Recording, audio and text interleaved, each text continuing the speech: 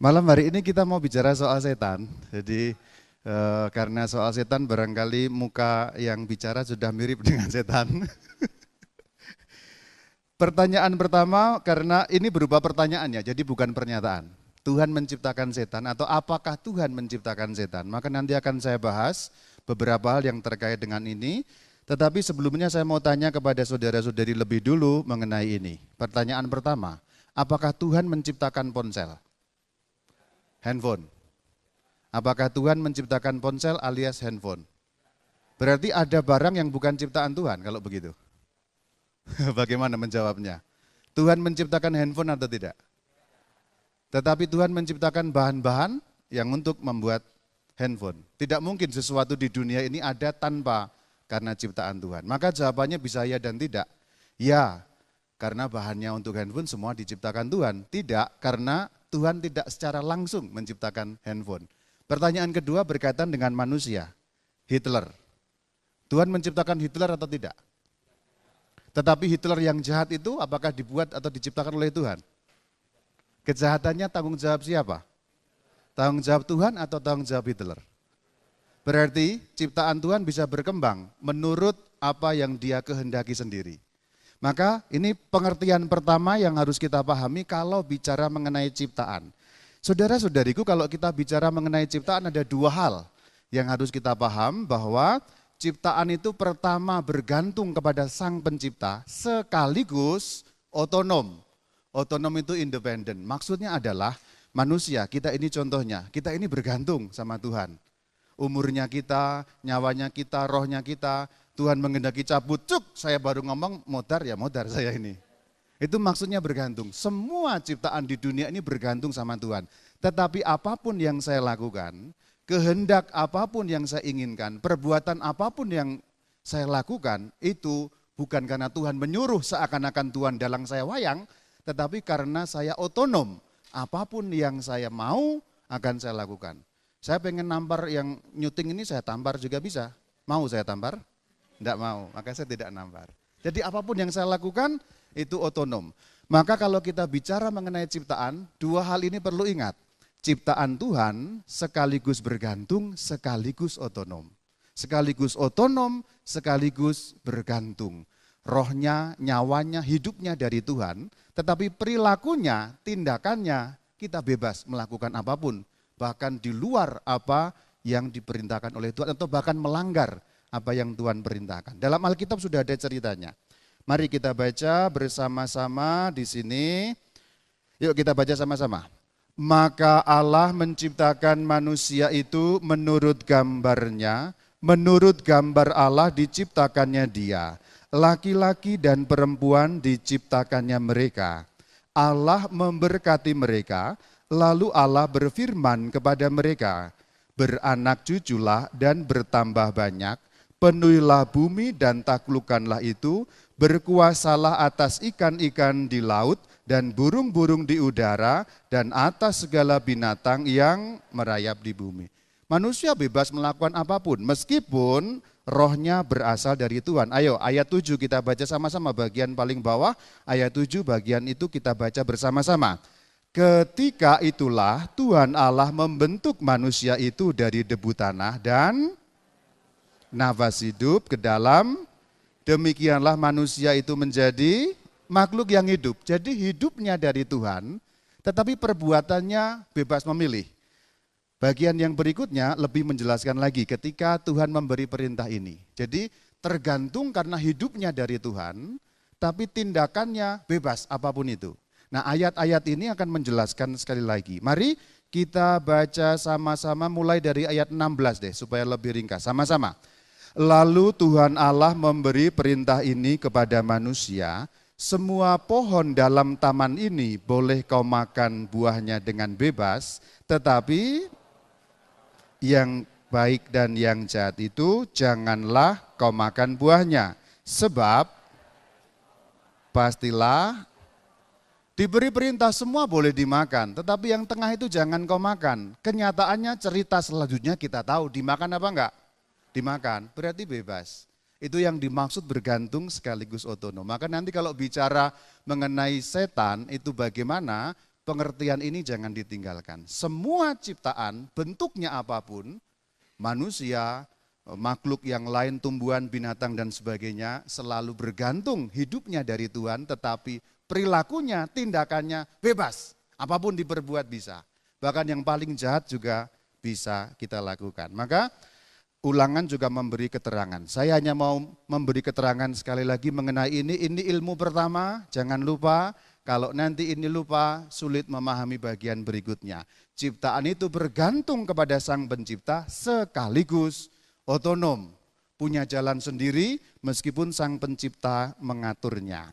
Yang kedua kita bicara mengenai malaikat, karena kalau kita bicara mengenai setan tak pernah bisa dilepaskan dari bicara mengenai malaikat. Sekarang kita mengenal para malaikat. Tetapi obrolan saya malam hari ini adalah obrolan mengenai ajaran gereja Katolik. Keuntungannya kita mengerti ajaran gereja Katolik adalah kalau kita mendapatkan di masyarakat secara umum ilmu tentang setan, pengetahuan tentang setan, macam-macam hal, kita bisa menilai menurut ukuran ajaran gereja Katolik. Karena sayangnya di Indonesia ini ada banyak pengetahuan mengenai persetanan, tetapi sangat sedikit orang, bahkan orang Katolik yang mengetahui ilmu persetanan dari sudut pandang ajaran iman Katolik. Yang mendidik saudara-saudariku kebanyakan itu adalah televisi, mata batin. Nah itu Anda lihat seakan-akan dogma itu. Padahal gereja Katolik punya ajaran yang sendiri. Maka keuntungannya bicara pada malam hari ini adalah nanti Anda punya alat ukur menilai, ini benar atau enggak, fenomen ini benar atau enggak, kejadian atau gejala ini sesuai dengan iman atau tidak. Sehingga pilihan-pilihan langkah yang harus diambil maka menjadi benar. Sebab orang yang tidak mengerti gampang tersesat. Orang yang mengerti kemungkinan tersesatnya lebih kecil meskipun orang yang mengerti bukan jaminan tidak tersesat. Tapi paling kurang kan ngerti. Ada jalan cabang kiri atau kanan untuk ke Laurentius. Kalau saya ngerti, ambil kiri, saya ambil kiri sampai Laurentius. Kalau orang nggak ngerti, kiri apa kanan? Kanan apa kiri? Kiri apa kanan? Kanan apa kiri? Ternyata terus malah sampainya nggak ke Laurentius, ke tempat yang lain. Jadi pengetahuan itu berfungsi memberikan panduan bagi kita sehingga langkahnya bisa benar. Karena dunia persetanan itu kan kita banyak mendengar dari mana-mana masalahnya. Dari ajaran televisi, dan yang tidak kalah adalah dari ajaran leluhur kita. Yang orang Jawa dulu diajarin mbahnya, yang orang Chinese diajarin engkongnya. Pokoknya dari dulu begitu, bakar dupa, pakai kembang, pokoknya gini gitu. Nah ini masalah, karena ada beberapa hal yang tidak sesuai, tidak cocok dengan iman gereja Katolik. Maka kita mengenal para malaikat lebih dulu. Mari kita mulai dari kredo. Kita baca yang sebelah kanan saja, karena sebelah kiri nanti kesleo lidahmu. Kita baca sebelah kanan bersama-sama saudara-saudari. Aku percaya akan satu Allah, Bapa yang Maha Kuasa, pencipta langit dan bumi, dan bagian yang saya cetak dengan warna kuning, perhatikan. Jadi di dalam iman kita, Allah itu pencipta langit dan bumi, juga pencipta segala sesuatu yang kelihatan dan tidak kelihatan. Catatan di sini yang tidak kelihatan bukan benda fisik ya. Misalnya udara nggak kelihatan tapi itu benda fisik, jadi digolongkan ke dalam kelihatan. Atom tidak kelihatan tapi itu benda fisik, maka digolongkan pada bagian yang kelihatan. Yang tidak kelihatan di sini maksudnya dunia rohani, dunia roh. Yang tidak bisa diukur menggunakan alat-alat ukur fisik, itu maksudnya. Dunia roh.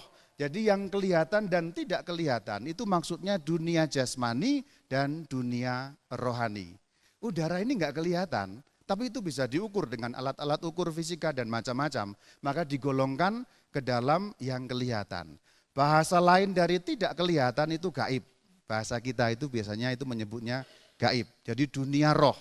Bagaimana sih penciptaan di dalam ajaran gereja Katolik? Mari kita lihat bersama-sama. Kita lihat di dalam KGK 327. Kalau kita bicara mengenai KGK itu Katekismus Gereja Katolik, itu adalah rangkuman dari ajaran gereja Katolik yang sumbernya dua, kitab suci atau Alkitab dan tradisi suci. Maka kalau sudah mengutip KGK itu paling valid sebenarnya. Karena itu bukan ajaran yang muncul begitu saja, karena KGK, kepanjangannya Katekismus Gereja Katolik, sumbernya jelas pasti Alkitab dan tradisi suci gereja. Maka nanti jangan tanya itu ayatnya di mana Romo. Jadi orang Katolik nggak usah mata ayatan, karena KGK kadang-kadang kan begitu ya, ada orang tanya itu ayatnya di mana Romo. Hidup nggak usah pakai ayat toh. Kamu beli mobil merah atau biru nggak usah cari ayatnya di Alkitab kan. Ya baju ini hitam apa putih, ayatnya di mana Romo, pusing kalau kayak gitu. Jadi orang Katolik nggak boleh mata ayatan, karena KGK sudah menyarikan, memeras ajaran-ajaran ayat-ayat Alkitab dan tradisi suci. Meskipun malam ini aku akan mengutip banyak ayat juga, supaya orang-orang yang mata ayatan terpuaskan hatinya. Pulang dengan tenang, bubuk dengan nyenyak malam hari ini. Karena tetap masih ada orang yang tanya ayatnya di mana. Enggak apa-apa, saya ladeni nanti malam ini. Kita baca sama-sama KGK 327 bersama-sama. Pengakuan iman Konsili Lateran keempat mengatakan, Allah mengadakan pada awal segala waktu sekaligus dua ciptaan dari ketiadaan, yang rohani dan yang jasmani, yaitu malaikat dan dunia. Dan sesudah itu yang manusiawi, yang boleh dikatakan sekaligus terdiri dari roh dan badan. Ini berupa kalimat. Kalau kalimat sekali baca mungkin nggak langsung mengerti. Tapi kalau dibuat grafik, saya buatkan grafiknya, dibuat bagan langsung mengerti. Ini bagannya. Jadi kalimat yang tadi itu saya buat menjadi bagan. Biasanya kalau lihat gambar, kita ini kan kayak anak-anak TK sebenarnya. Lihat gambar langsung ngerti. Tapi kalau kalimat panjang-panjang mumet. Apalagi kalimat-kalimat dalam Alkitab, sudah tulisannya kecil-kecil, nggak ngerti isinya, itu kan kesulitan kita baca Alkitab. Tapi kalau ada banyak gambarnya, senang kita ini. Meskipun dewasa, senang juga baca gambar. Nah ini, kalau kita melihat ciptaan atau penciptaan di dalam ajaran gereja Katolik, ada dua sebenarnya penciptaan, dua jenis maksudnya. Dan diciptakan dari ketiadaan. Maaf saya pakai telunjuk karena paroki ini nggak punya pointer saudara. Jadi caran deso pokoknya ini pakai di sini ya, caran deso. Paroki sekaya ini enggak punya pointer ternyata. Ini dari dua ciptaan dari ketiadaan. Dalam bahasa Latin disebut creatio ex nihilo. Jadi Tuhan kalau menciptakan sesuatu bukan dari bahan yang sudah ada. Kalau manusia itu dari bahan yang ada. Contoh tadi ponsel.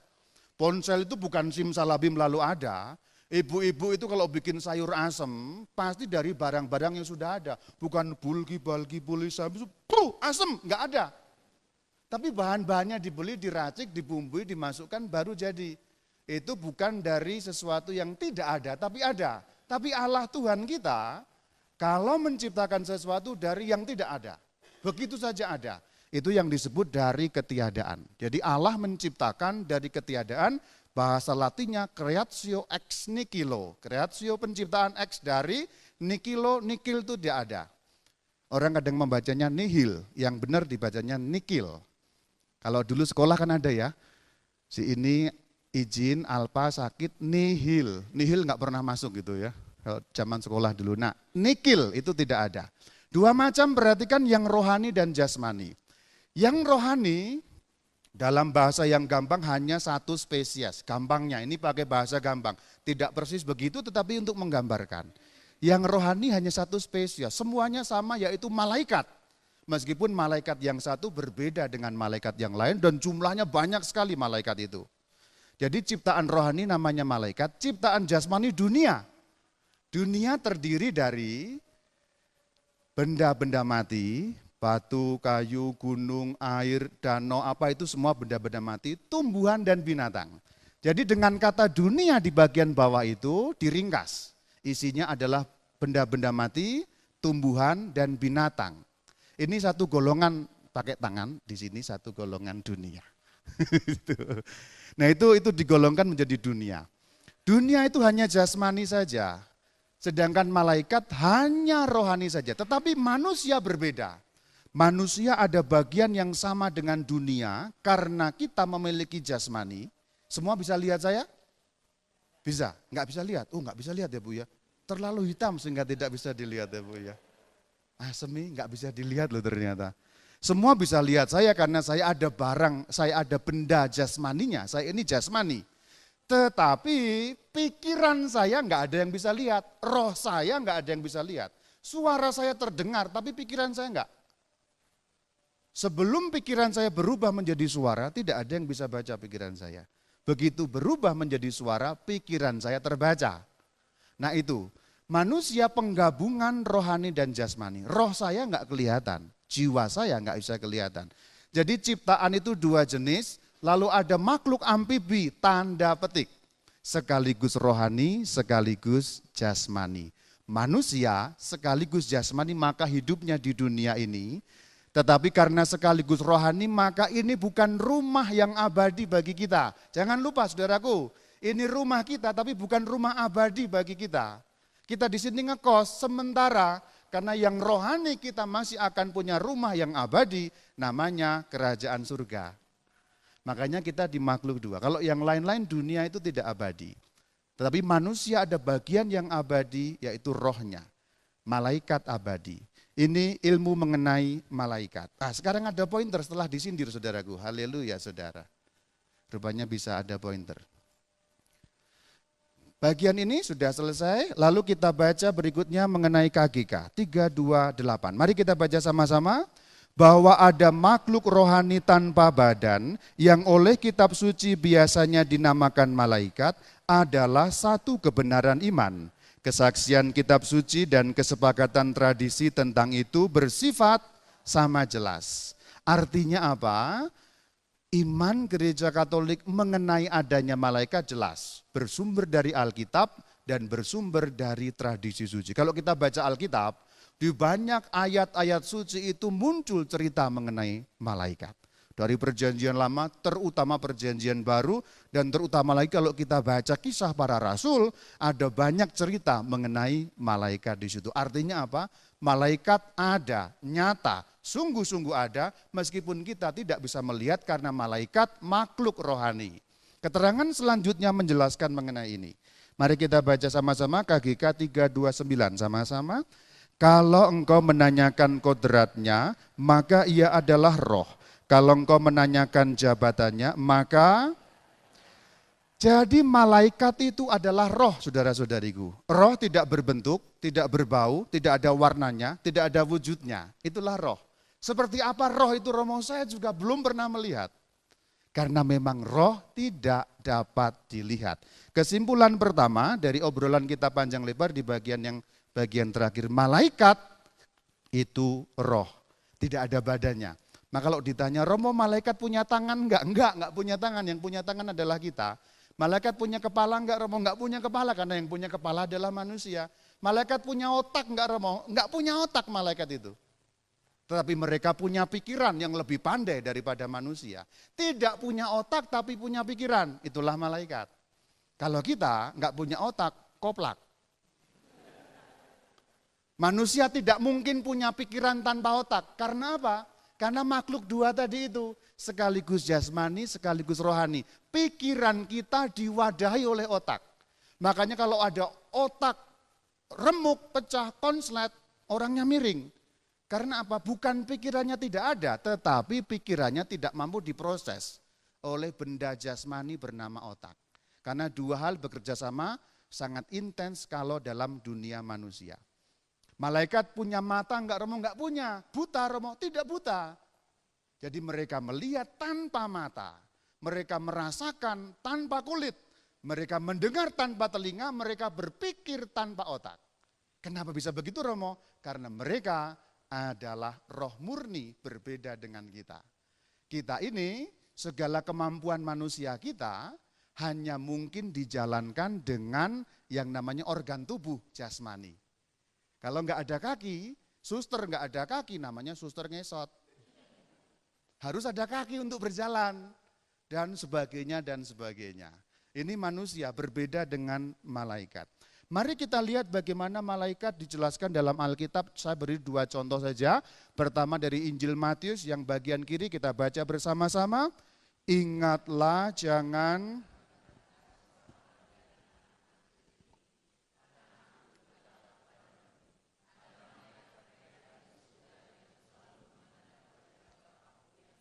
Nah, ini Injil Matius bicara mengenai malaikat pelindung. Ya, anak-anak dan kita semua orang dewasa punya malaikat pelindung yang selalu memandang wajah Bapa kita di surga. Sekarang kitab Mazmur sebagian yang bagian kanan kita baca bersama-sama. Pujilah Tuhan, hai malaikat-malaikatnya, hai pahlawan-pahlawan perkasa yang melaksanakan firman-Nya dengan mendengarkan suara firman-Nya. Ini hanya 2 contoh ayat suci dari Alkitab mengenai malaikat. Ada banyak ayat-ayat yang lain. Aku memberikan 2 saja. Sekarang kita lanjutkan, seperti apa? Tadi pertama kita sudah tahu malaikat itu roh. Roh tidak bisa dibayangkan seperti apa karena tidak ada wujud fisiknya. Sekarang kita lihat bagaimana sifat-sifat para malaikat itu. Di dalam KGK selanjutnya 330 dijelaskan seperti apa malaikat itu. Baca sama-sama. Sebagai makhluk rohani murni, mereka mempunyai akal budi dan kehendak. Mereka adalah wujud pribadi dan tidak dapat mati. Mereka melampaui segala makhluk yang kelihatan dalam kesempurnaan. Cahaya kemuliaannya membuktikan itu. Perhatikan yang saya cetak kuning ada 4. Pertama, malaikat mempunyai akal budi. Itu tadi yang kukatakan, punya pikiran. Jadi punya akal budi. Otak tidak punya, tapi akal budi punya. Itulah malaikat. Pertama, mereka punya akal budi dan kehendak. Kehendak itu kepengenan. Jadi malaikat punya kepengenan. Saya sekarang di sini pengen pindah ke sana, itu punya kepengenan. Adakah yang tidak punya kepengenan? Ada. Batu tidak punya kepengenan. Batu kita taruh di sini sampai akhir zaman dia tetap di sini. Pohon kita tanam depan rumah sampai akhir zaman tetap depan rumah. Kan kita kaget kalau pohon bisa punya kepengenan. Pohon kita tanam depan rumah, malam-malam dia pengen ke tetangga, besoknya pindah ke tempat tetangga. Wah, kita bingung di mana? Oh, dia pohonnya main ke sana. Pohon tidak punya kepengenan dalam arti seperti kehendak manusia. Mereka hanya instingtif mencari matahari, kalau rebah ke sana ke arah barat, matahari dari timur, mereka ke timur, oh dia punya keinginan remau. Tidak, itu hanya insting saja untuk bertahan hidup mencari arah matahari. Tidak seperti kita yang punya keinginan memutuskan dengan akal budi. Jadi 2 hal, pertama malaikat punya akal budi, 2 punya kehendak. Lalu punya wujud pribadi, berarti malaikat berpribadi, personal artinya. Bisa dibedakan satu dengan yang lain. Itulah kenapa kita mengenal paling kurang 3 malaikat agung, Mikael, Gabriel, Rafael. Mereka tidak sama. Gabriel itu yang ini, Mikael yang itu, Rafael yang ini, dan malaikat-malaikat yang lain. Bahkan malaikat-malaikat yang tidak kita kenal namanya pun, hanya karena kita tidak kenal namanya. Bukan berarti mereka sama, mereka berbeda seperti kita ini. Satu dengan yang lain berbeda. Tentu saja Pastor Bayu berbeda dengan Pastor Paroki Laurentius, bukan? Meskipun botaknya sama. Pastor Hendra kan sekarang ya, botak kan ya, sama. Halo Pastor, botak sama-sama Pastor. Tapi bisa dibedakan Pastor Bayu yang ini, Pastor Hendra yang itu. Seperti itulah malaikat. Inilah maksudnya wujud pribadi itu. Tak dapat mati maksudnya immortal. Malaikat itu abadi karena diciptakan sebagai roh murni, ambil bagian dalam keabadian Allah, maka malaikat tidak bisa mati. Manusia bisa mati atau tidak? Manusia tidak bisa mati rohnya, tapi badannya mati. Jadi kalau kita menyebut orang mati, sebenarnya yang mati apanya? Badannya yang mati, jasmaninya yang mati, fungsi detak jantungnya mati, fungsi listrik di otaknya mati, aliran darahnya mati, maka orang itu disebut RIP, Nana Rohana. Sudah jelas itu. Yang mati apa? Bahasa Indonesia punya istilah bagus, meninggal dunia. Meninggalkan dunia ini, berarti kan pergi. Yang pergi apa? Rohnya. Berarti 2 bagian tadi, satu masih hidup, satu mati. Itulah manusia kalau disebut mati, roh dan jasmani berpisah. Tapi karena malaikat hanya roh, maka tidak bisa mati. Itu yang disebut tidak bisa mati. Lalu dikatakan mereka melampaui segala makhluk. Jadi perhatikan bagian ini menarik sekali. Mereka itu para malaikat melampaui segala makhluk yang kelihatan.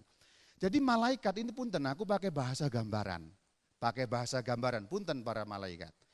Malaikat yang paling bodoh sekalipun, enggak ada malaikat bodoh, ini gambaran. Malaikat yang paling bodoh sekalipun, jauh lebih pinter daripada manusia paling pinter di dunia ini. Itu maksudnya. Karena mereka tidak membutuhkan otak untuk berpikir. Pikirannya berjalan begitu saja. Sedangkan manusia membutuhkan otak yang ada keterbatasan jasmaninya. Jadi kalau digambarkan, malaikat itu lebih utama dari semua makhluk yang kelihatan. Manusia ada di perbatasan. Maka manusia bagian dari dunia yang paling pinter. Tapi dalam dunia roh manusia paling lemah. Gampangnya kalau ada cerdas cermat. Dulu ada ya cerdas cermat ya. Ada cerdas cermat, regu A, malaikat, regu B, manusia. Manusia kalah telak pasti, skornya kalah telak. Tapi kalau ada cerdas cermat yang lain, regu A manusia, regu B simpanse. Simpanse kalah telak. Nah itu maksudnya. Jadi malaikat jauh melampaui segala sesuatu.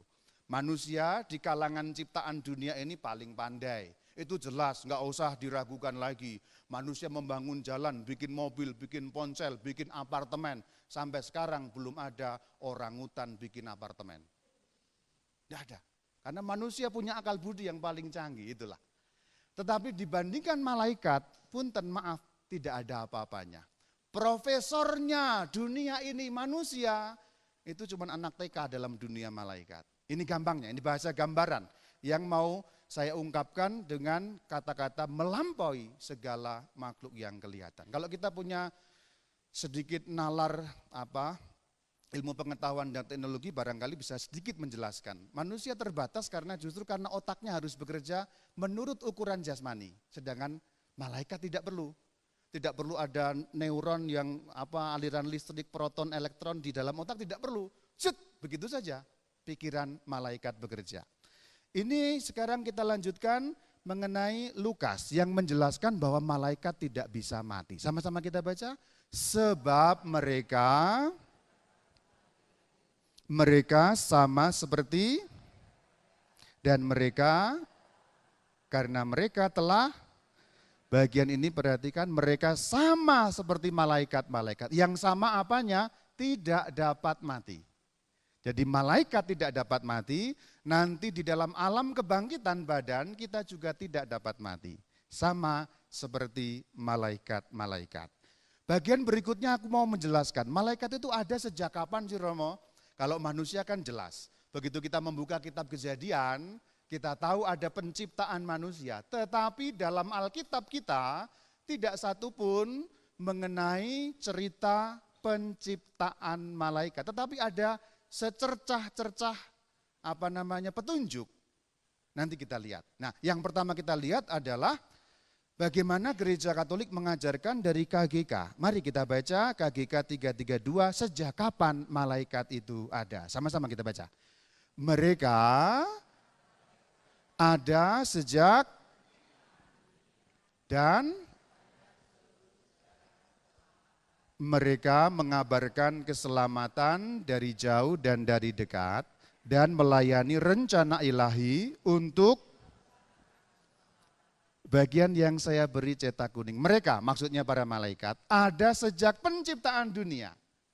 Bahasa gampangnya, pada saat penciptaan dunia yang diceritakan dalam kitab Kejadian, malaikat sudah ada. Jadi bahasa gampangnya begitu. Di dalam kitab Kejadian kan diceritakan pada hari pertama gini. Nah, pada saat Allah menciptakan dunia dan nanti menciptakan manusia, malaikat sudah ada. Bahasa mudahnya, malaikat melihat ketika Allah menciptakan dunia. Mereka sudah ada pada saat penciptaan dunia. Karena begitu penciptaan dunia, ini agak teknis, ada ruang dan ada waktu. Tetapi malaikat di luar ruang dan waktu. Karena mereka roh. Karena roh mereka tidak butuh ruang. Manusia yang butuh ruang, yaitu dunia ini. Nah, sebelum adanya ruang dan waktu, agak teknis memang ini tapi tidak apa-apa. Sebelum adanya ruang dan waktu, malaikat sudah ada. Justru karena malaikat adalah makhluk rohani murni yang tidak butuh ruang, tidak butuh waktu. Maka hitungan waktu bagi malaikat berbeda dengan hitungan waktu bagi kita. Malaikat itu kekal. Ini sedikit berpikir tapi tidak apa-apa, pasti gampang juga. Manusia tidak kekal, ada ruang, ada waktu, ada waktu. Paling kurang manusia di dunia ini berpikir dalam 3 waktu. Waktu sekarang, waktu nanti, waktu yang lampau. Paling kurang kan begitu. Manusia di dunia ini dalam 3 waktu. Waktu yang sudah berlalu, namanya waktu lalu lampau, waktu sekarang, lalu waktu yang akan datang. Tetapi bagi malaikat tidak ada waktu seperti itu. Karena mereka kekal, waktu bagi malaikat hanya satu waktu. Tidak ada waktu lampau, tidak ada kemarin untuk malaikat, tidak ada besok untuk malaikat. Untuk malaikat hanya ada detik ini. Satu waktu. Itu bagaimana Romo? Pikiranku sulit mencerna. Tidak apa-apa, aku juga sulit, sama-sama kita pusing. Nanti kalau kita sudah meninggal dunia, balik ke alam akhirat, kita juga mengerti apa namanya waktu kekal itu. Di dunia ini kita sulit bicara karena apa? Kita terikat oleh dunia ini, hukum dunia, pikiran-pikiran dunia. Makanya di dunia ini kan ada bosen. Bosen itu apa sebenarnya? Bosen itu adalah pengen segera nanti tetapi belum. Itu kan bosen. Pengen segera nanti tapi belum. Contoh pada waktu misa. Misa itu kan 1,5 jam atau 1 jam. Baru kemuliaan, pengennya sudah komuni. Baru kemuliaan, pengennya sudah komuni. Maka bosen. Karena baru kemuliaan, tapi pengennya sudah nanti. Komuni itu kan nanti. Nah ini membuat bosan. Bosan adalah keadaan menunggu nanti yang belum datang-datang. Aduh nunggu pacar belum datang-datang, nah kan begitu. Itu kan namanya bosen. Bosen itu pengen pulang segera dari kelas, tapi jamnya masih lama. Mau pulang duluan, mau bolos, nggak enak sama Pastor Bayu. Ya sudah ngantuk-ngantuk dengerin lah, nah kan gitu. Makanya bisa bosen, nah kan gitu. Bosen itu begitu, tapi bagi malaikat, malaikat tidak punya bosen. Itulah kenapa di dalam kitab Wahyu dan dalam kitab Yesaya diceritakan malaikat di surga kerjaannya memuji Tuhan sepanjang waktu. Maka di surga itu tidak ada bosen, karena tidak ada 3 waktu, waktunya waktu kekal. Makin pusing Romo, ya sudah enggak apa-apa, makin pusing. Saya juga makin pusing. Nanti dalam diskusi kan bisa berkembang. Saya berusaha menggunakan bahasa Jepang, semoga ditangkap. Jepang itu jelas dan gampang. Ya. Kalau masih terlampau sulit ya nanti kita diskusi. Nah malaikat ada sejak penciptaan dunia. Bahasa gampangnya, ketika dunia diciptakan dan manusia diciptakan, malaikat melihat. Ada buktinya dalam kitab Ayub. Jadi dalam Alkitab tidak ada cerita penciptaan malaikat, tetapi ada jejak-jejak atau bukti sedikit bahwa ketika dunia diciptakan, malaikat sudah ada. Dalam kitab Ayub kita bisa melihat. Nasnya agak panjang, tapi saya akan menyingkat saja. Bagian ini kita baca deh, bagian ini kita baca. Bagian yang sebelah kiri ya, yang TB. Ini 2 terjemahan Alkitab, ini bahasa Indonesia masa kini, BIMK, yang ini TB. 2 terjemahan untuk membandingkan. Karena apa? Kadang-kadang terjemahan TB terlampau sulit dipahami. Kalau kita punya terjemahan BIMK agak lebih mudah dipahami. Kita baca yang TB dulu. Sama-sama kita baca. Maka dari dalam badai Tuhan menjawab Ayub. Siapakah dia yang menggelapkan keputusan dengan perkataan-perkataan yang tidak berpengetahuan. Ini Tuhan bicara kepada Ayub. Tahu Ayub ya? Wah puji Tuhan, manggut-manggut semua. Berarti ini Katolik semua ya? Tahu Ayub. Kalau di mana-mana saya tanya tahu Ayub itu biasanya gitu. Di sini pada tahu, luar biasa. Ceritanya adalah pada waktu itu Ayub mengalami banyak penderitaan. Lalu dia protes kepada Tuhan. Tuhan mana gampangnya kamu bijaksana katanya kok saya mengalami begini. Lalu Ayub ditantang oleh Tuhan. Ini, kalau kamu merasa lebih bijaksana, kamu merasa lebih ngerti tentang mengatur dunia, ayo kita berperkara. Kira-kira begitu. Tuhannya mulai dongkol juga sama Ayub. Ayub itu kan manusia biasa siapa, sok tahu mengenai kebijaksanaan Tuhan mengatur dunia ini. Kan kita kadang-kadang begitu ya. Kita tuh sok tahu mengatur kebijaksanaan Tuhan ketika Tuhan mengatur dunia ini. Nah ini ceritanya begitu. Ayub mengalami banyak penderitaan, dia sok tahu. Tuhan kan harusnya gini, harusnya gitu, harusnya gitu. Tuhan bilang, oke, kalau begitu mari kita berdebat. Lalu ini Ayub diajak debat oleh Tuhan. Bagian berikutnya kita baca bagaimana, tapi sebelumnya kita baca BIMK dulu. Karena terjemahan ini kan enggak terlalu gampang dipahami ya. Ini gampang enggak? Mbok bilang jangan ya, enggak gampang ya, biar cocok sama kata-kata saya. Kalau ini lebih gampang dipahami, ayat 2 yuk kita baca sama-sama. Siapakah engkau sehingga berani meragukan hikmatku dengan kata-katamu yang bodoh dan ini lebih gampang. Hampir selalu terjemahan BIMK lebih gampang dipahami. Ini Tuhan berkata kepada Ayub, Ayub kamu tuh siapa? Berani-beraninya meragukan kebijaksanaanku padahal bodoh, kosong. Ayo kita berperkara. Nah, kita lihat bagian berikutnya. Yuk kita baca bagian ini. Yuk kita baca sama-sama. Yang TB sama-sama. Bersiaplah engkau sebagai laki-laki. Aku akan menanyai engkau supaya engkau memberitahu aku. Nah stop. Ini sampai saking dongkolnya Tuhan begitu. Kira-kira kalau digambarkan Tuhan sudah menggulung lengannya itu. Ayo sama-sama laki-laki. Nah gitu kira-kira begitu. Saking dongkolnya Tuhan, gambarannya begitu. Ayat 4 sama-sama kita baca. Di manakah engkau ketika aku meletakkan dasar bumi? Ceritakanlah kalau engkau mempunyai. Ayub ditanya, kamu ada di mana? Ketika aku membuat dasar bumi ini. Gampangnya kamu itu tahu apa tentang dunia ini? Kamu tahu apa tentang mengatur dunia ini? Tapi itu bukan pokok bahasan kita. Pokok bahasan kita adalah malaikat sudah ada ketika Tuhan menciptakan bumi. Ayat bagian terakhir langsung aku sampaikan di sana, bagian di sini. Ayat 6 nyambung ayat 7. Sama-sama bagian TB kita baca. Atas apakah sendi-sendinya dilantak? Dan siapakah yang memasang batu penjurunya nyambung? Waktu bintang-bintang fajar bersorak-sorak bersama-sama dan bersorak-sorai. Terjemahan TB menerjemahkan semua anak Allah. Nah, semua anak Allah ini kalau dirunut dalam bahasa aslinya bisa juga diterjemahkan seperti terjemahan BIMK yaitu makhluk-makhluk surga. Dan makhluk-makhluk surga itu adalah para malaikat. Artinya ketika dunia diciptakan, malaikat sudah diciptakan lebih dulu. Malaikat melihat penciptaan dunia. Menurut ayat 6 dan ayat 7 dari Ayub 38 yang kukutipkan di dalam slide ini. Maka kesimpulannya di bagian bawah. Para malaikat sudah ada sebelum penciptaan dunia. Mereka, yaitu para malaikat, melihat Allah menciptakan dunia. Bagian ini kadang-kadang orang Katolik nggak ngerti ilmu bagian ini. Maka aku beri gambar supaya tahu urutan penciptaan. Nah, urutan penciptaan seperti ini. Manusia di bagian terakhir, nah ini kecil bisa gede, ini bagus sekali ya. Ini pas lahir kurus, pas gede langsung gendut. Nah itu dia, 6 packs, 1 pack. Nah. Di dalam Alkitab yang diceritakan hanya di sini saudaraku, hanya di bagian sini, yaitu penciptaan dunia jasmani dengan 7 hari yang berakhir dengan penciptaan manusia. Sedangkan di sini kitab Ayub memberi jejak, memberi petunjuk meskipun cerita langsungnya tidak ada. Maka urutan penciptaan adalah penciptaan malaikat yang rohani, penciptaan dunia yang jasmani, dan penciptaan dunia yang jasmani sekaligus rohani.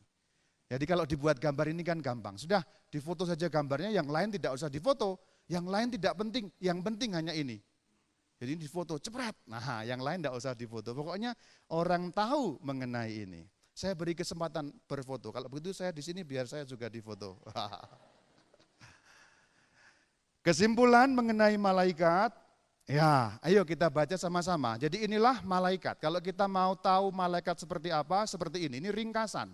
Dari omongan saya dari depan yang muncrat-muncrat tadi, kesimpulannya ini. Hanya singkat ini. Maka kalau mau difoto, ini saja difoto, yang lain enggak usah. Intinya ada di sini. Mari kita baca sama-sama. Malaikat itu pertama apa? Diciptakan dari ketiadaan.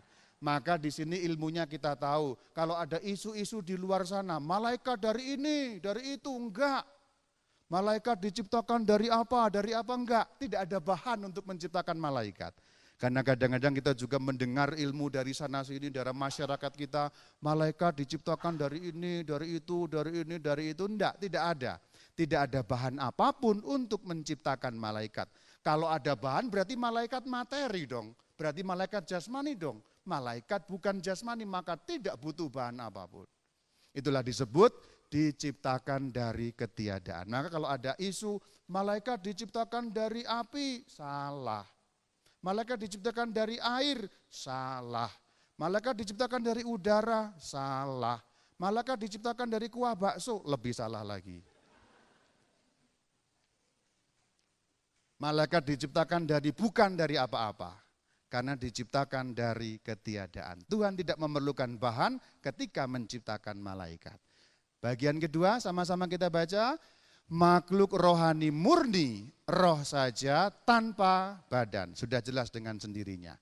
Berikutnya, punya akal budi, berikutnya punya kehendak, berikutnya berpribadi atau personal, berikutnya tak dapat mati atau immortal, terakhir diciptakan lebih dulu daripada dunia dan manusia. Sebelum adanya waktu, sebelum adanya ruang, malaikat sudah ada. Sebab malaikat roh tidak butuh ruang, tidak butuh waktu. Mereka adalah makhluk rohani murni roh saja tanpa membutuhkan badan, materi, fisik, jasmani tidak dibutuhkan oleh mereka. Bagian ini clear mengenal dunia malaikat. Lalu mungkin saudara-saudariku bertanya-tanya, katanya ngomong setan Romo, kok dari tadi setannya mana Romo? Kok belum setan-setan? Lihatlah saya saudara-saudari. Kok belum ngomong setan-setan? Ku beritahu padamu ya, kalau kita bicara mengenai setan dalam ajaran gereja Katolik, kalau belum bicara mengenai malaikat tidak mungkin. Kita harus bicara dulu mengenai malaikat baru bisa bicara mengenai setan. Seperti tadi itu loh, ponsel ciptaan Tuhan atau bukan. Nah kan harus bicara dulu mengenai penciptaan. Mengenai fisik, mengenai materi, bahan-bahan baru bicara mengenai ponsel. Bicara mengenai malaikat, sampai di sini apakah saudara-saudariku menangkap mengenai ilmu tentang malaikat? Sudah ada yang manggut-manggut lumayan, 2 atau 3 manggut-manggut lumayan, berarti ada yang menangkap. Yang lain manggut ngantut tidak masalah. Berikutnya mengenai malaikat yang jatuh. Nah ini sekarang kita bicara mengenai setan saudara-saudariku. Tadi suaranya tinggi, sekarang rendah karena kita mulai bicara mengenai setan. Wajahnya juga harus lebih serem karena bicara mengenai setan. Setan itu apa? Ringkasnya begini.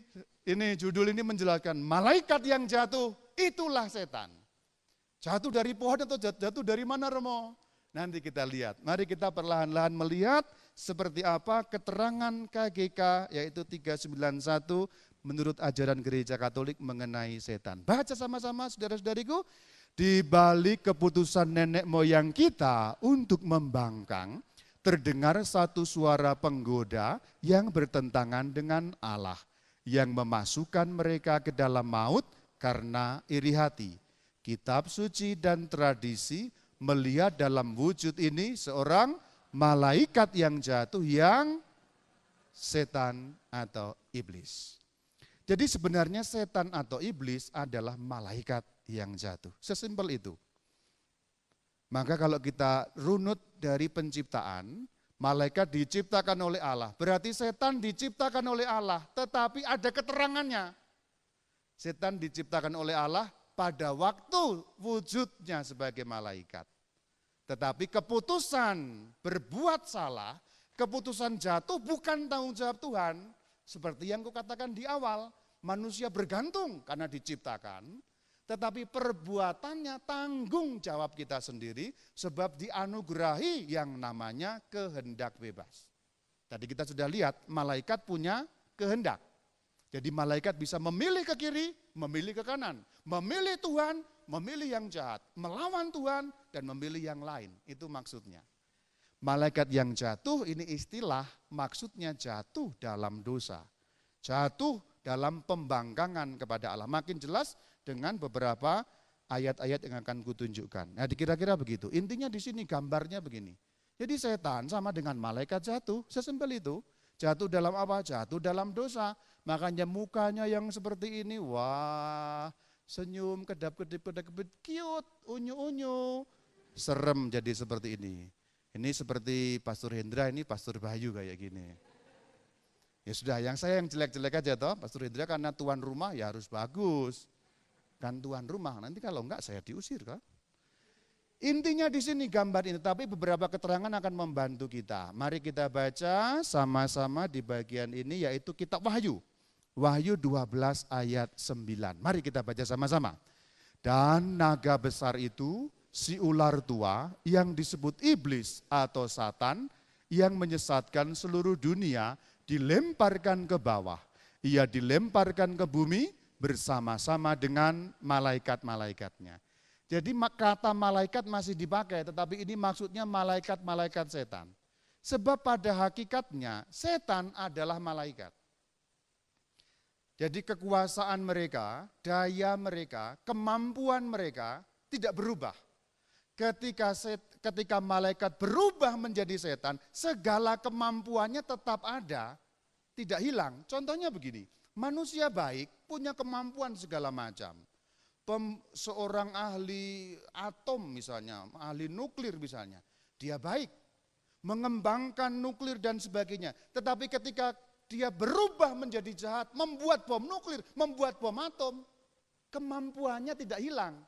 Hanya kemudian kemampuan itu dipakai tujuan lain, sama dengan malaikat. Malaikat ketika jatuh dalam dosa, kemampuannya tidak hilang, hanya kemudian kemampuan itu untuk tujuan lain, yaitu apa? Bagian berikutnya kita lihat, yaitu melawan Allah. Mari kita melihat bagian berikutnya ini. Yuk kita baca sama-sama di sini. KGK 329. Sama-sama. Kitab suci berbicara mengenai satu dosa para malaikat yang jatuh. Jatuhnya mereka dalam dosa merupakan keputusan bebas roh-roh yang tercipta ini yang Allah dan kerajaannya secara radikal dan tetap. Apa artinya radikal dan tetap? Jadi salahnya setan itu apa? Inilah salahnya setan, menolak Allah dan kerajaannya. Dan menolak Allahnya full 100%. Manusia kalau menolak Allah hampir pasti tidak full. Jadi kalau manusia di dunia ini ada yang jahat banget, biasanya toh masih ada sedikit-sedikit apa yang bagian-bagian baiknya. Tetapi tidak dengan malaikat yang jatuh alias setan. Setan ketika menolak Allah dan kerajaannya, gampangnya jahatnya mentok.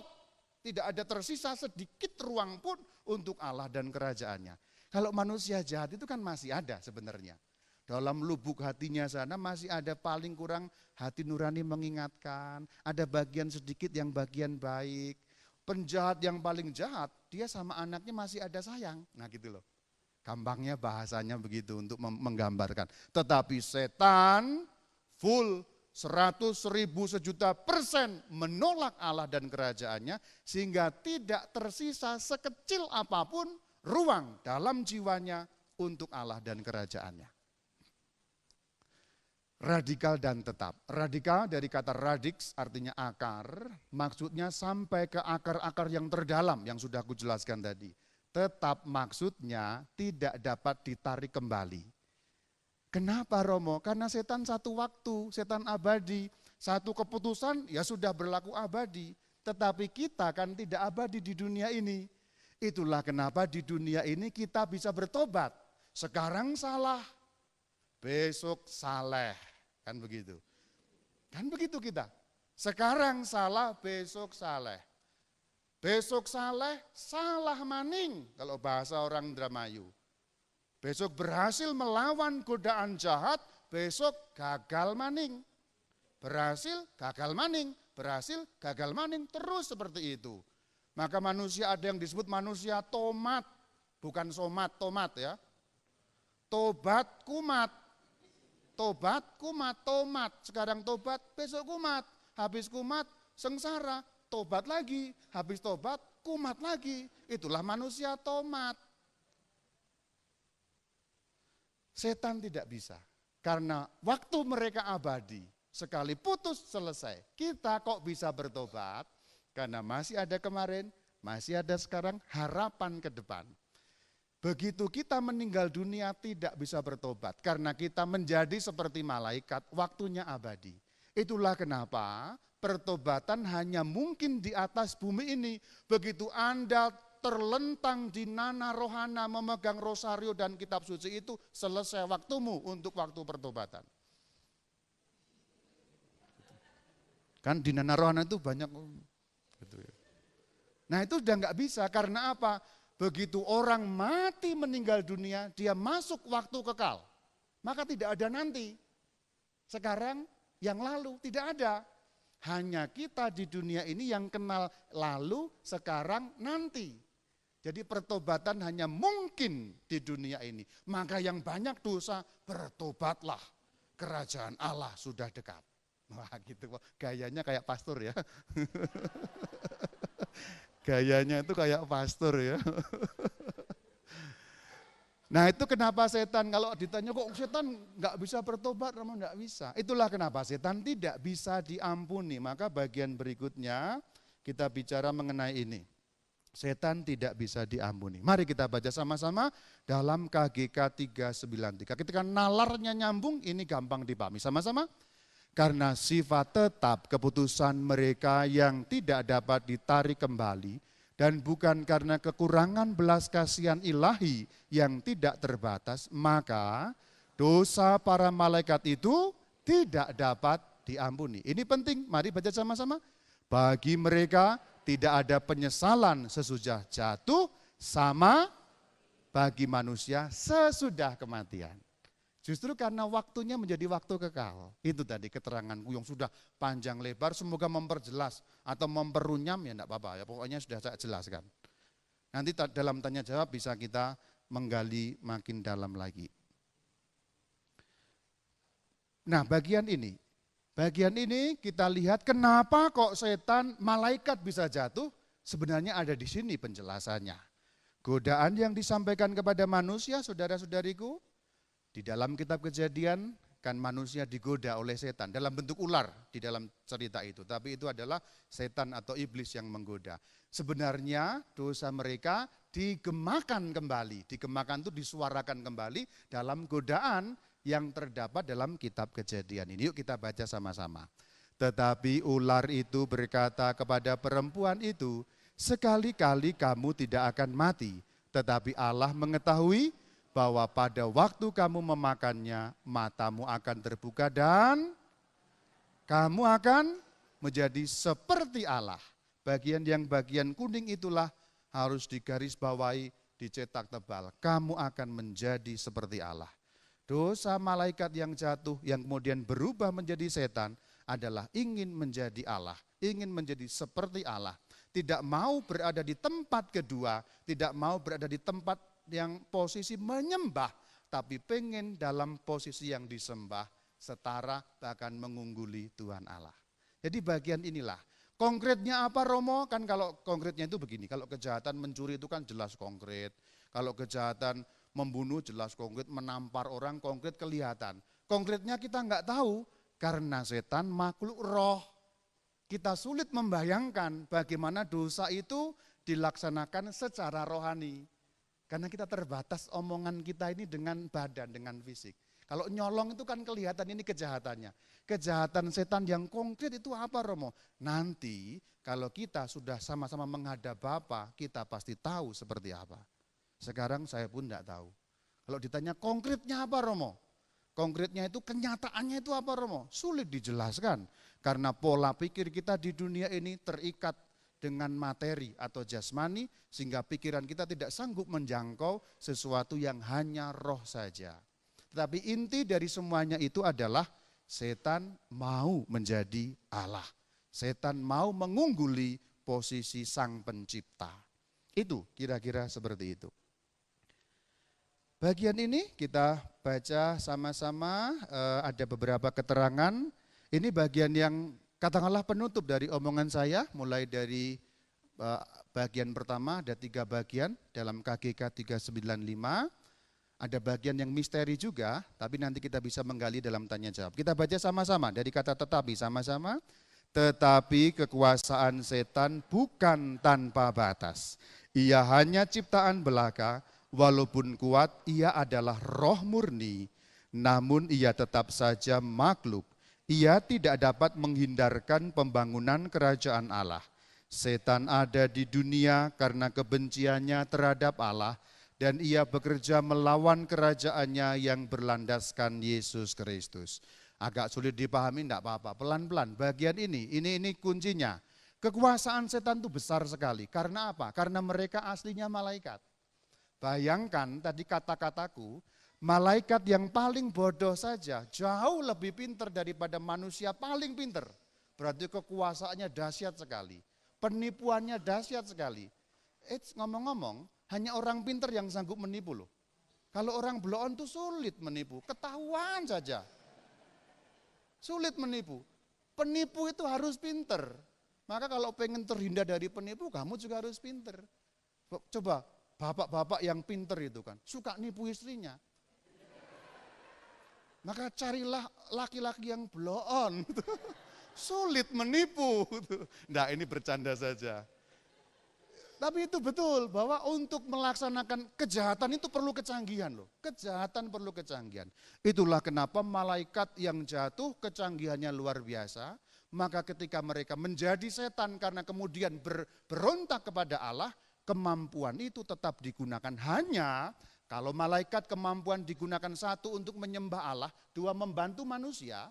Kalau setan, satu untuk melawan Allah, dua menghancurkan manusia. Bagian di sini pentingnya.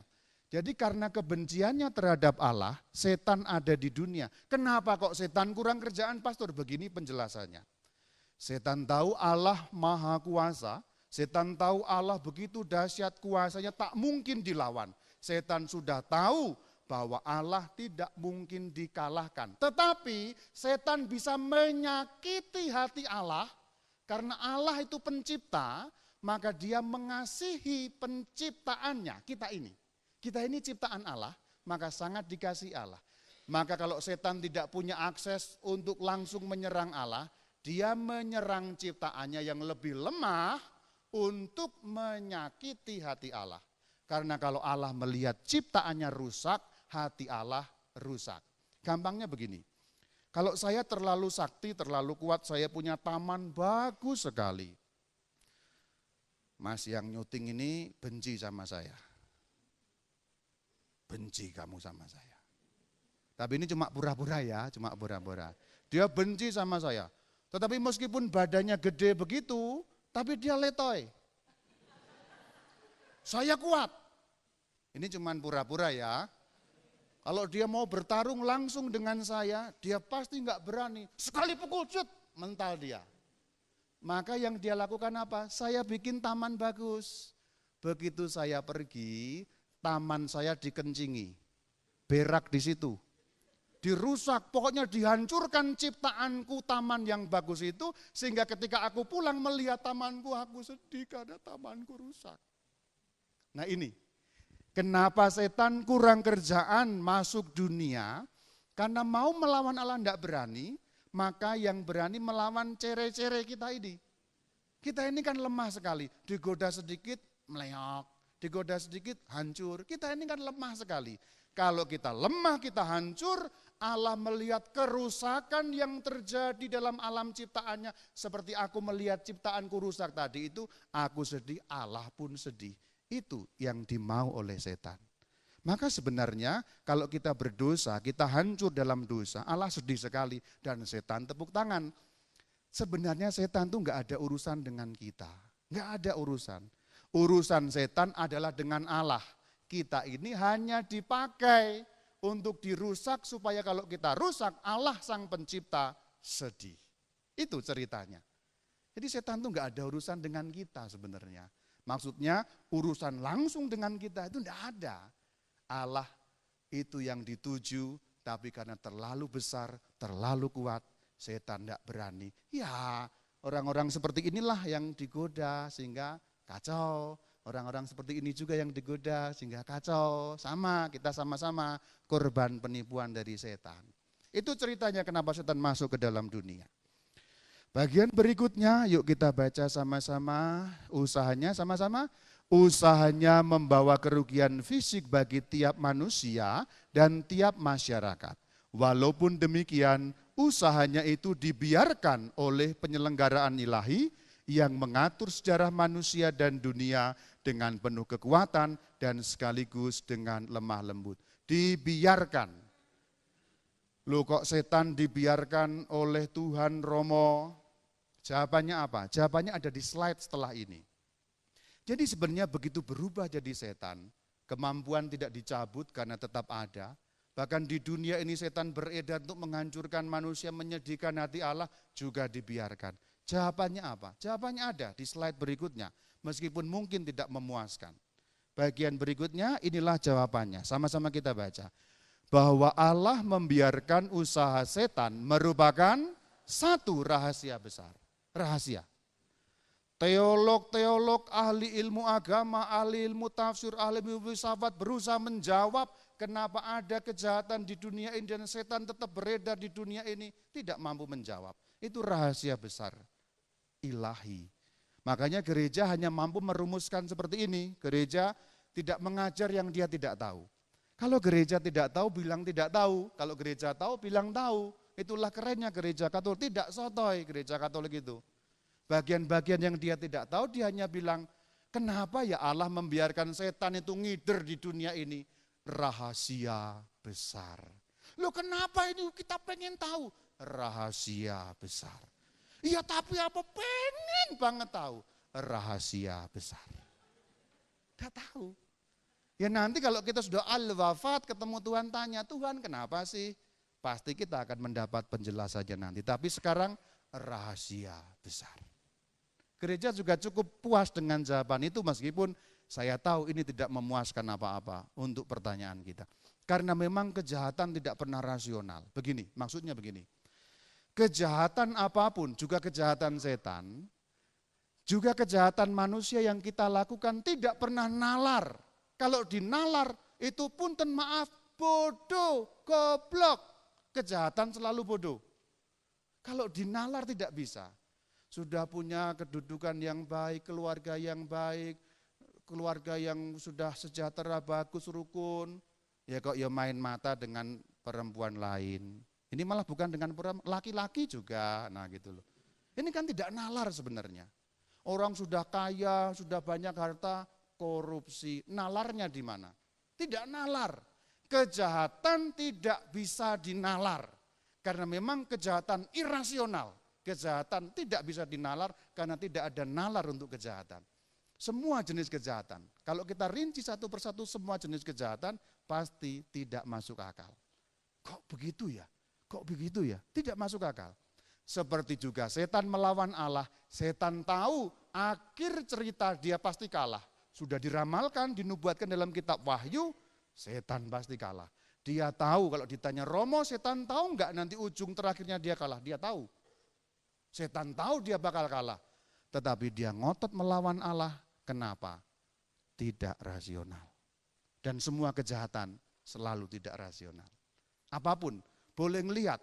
Kalau pengen bukti dari kata-kataku, pulang nanti ngaca, lihat mukamu. Lihat, oh iya, kejahatan tidak nalar. Mukamu sendiri menggambarkan itu. Kejahatan tidak ada yang bisa dinalar dengan baik. Bagian terakhir kesimpulan mengenai setan. Tadi itu tentang malaikat kita sudah tahu, bagian pertama adalah bicara mengenai malaikat, maka cerita mengenai setan disimpulkan dari pembicaraan mengenai malaikat. Yang lain tidak usah difoto, ayo angkat, ini sekarang difoto, intinya ada di sini. Aku juga mau matching supaya nanti viral di mana-mana. Sekarang itu kalau sudah viral itu kan jagoan, apa-apa viral sekarang tuh. Setan itu apa? Malaikat yang jatuh dalam dosa. In short, pendeknya begitu. Lalu menjadi jahat karena salahnya sendiri. Maksudnya setan diciptakan sebagai malaikat dan itu baik. Tapi memilih yang jahat kenapa? Punya akal budi dan punya kehendak untuk memilih. Maka bisa menjadi salah karena salahnya sendiri. Dengan keputusan bebas menolak Allah, kerajaannya tetap dan radikal. Tidak bisa bertobat karena tetap dan radikal, satu waktu tidak ada besok, kemarin, sekarang. Berikutnya tidak dapat diampuni karena penolakannya tetap. Jadi bukan karena Allah tidak mengampuni, tapi memang tidak bisa diampuni. Jadi kata-katanya tidak dapat diampuni, bukan karena Allah tidak mengampuni, tapi tidak bisa diampuni. Kenapa? Karena penolakannya radikal dan tetap. Sampai ke akar-akarnya sekali untuk selamanya. Tidak tersisa sedikit pun mengenai pikiran kerajaan Allah maupun pikiran mengenai Allah sendiri. Terakhir, jangan takut di sini, ini bagian penting. Kalau engkau di sana sini melihat setan ataupun hal-hal yang lain, bagian terakhir jangan lupa Setan kuasanya besar, tetapi terbatas. Setan itu kuasanya besar sekali. Ini digambarkan dalam 3 godaan. Dalam 3 godaan yang disampaikan kepada Tuhan Yesus, itu tergambar betapa besar kuasa setan. Godaan yang 3 pertama apa? Mengubah batu menjadi roti. Nomor 2, bisa kebalik karena ada 2 versi. Nomor 2, turun dari bait Allah untuk menjatuhkan diri. Nomor 3, akan diberi kekuasaan duniawi. Perhatikan bahwa setan mampu memberi kekuasaan duniawi. Karena apa? Kuasanya besar. Romo, setan betulkah mampu memberi kekuasaan duniawi? Bisa. Memberi materi? Bisa. Memberi wajah cantik? Bisa. Itulah dalam dunia kita yang disebut sebagai pesugihan, pengasihan. Wajah yang pas-pasan begini, datanglah pada setan, cung, ganteng. Kayak siapa ya? Syahrini, aku wedok dong kalau gitu ya. Aku laki-laki nih, ya. Kok kayak Syahrini ya? Aduh gitu nih. Cetar membahana. Inces-inces dong saya. Jadi pokoknya jadi cakep, luar biasa. Aku kere, datang pada setan, kaya, bisa. Pangkat gak naik-naik, datang pada setan, naik pangkat, bisa. Karena kekuasaan yang besar. Jadi di mana-mana orang pergi kepada setan itu bukan mitos, itu kenyataan. Sebab Alkitab mengatakannya. Wah percaya nggak percaya Romo? Ya percaya, wong ada dalam Alkitab. Alkitab bercerita sesuatu yang ada, bukan yang tidak ada. Jadi kalau pengen kaya datang sana pada setan. Tetapi hati-hati, bagian terakhir ini kata kuncinya. Kalau Anda datang pada setan, rekeningnya selalu datang ditagihkan pada saat terakhir. Itu bahaya sekali. Jadi rekeningnya ditagihkan pada saat terakhir.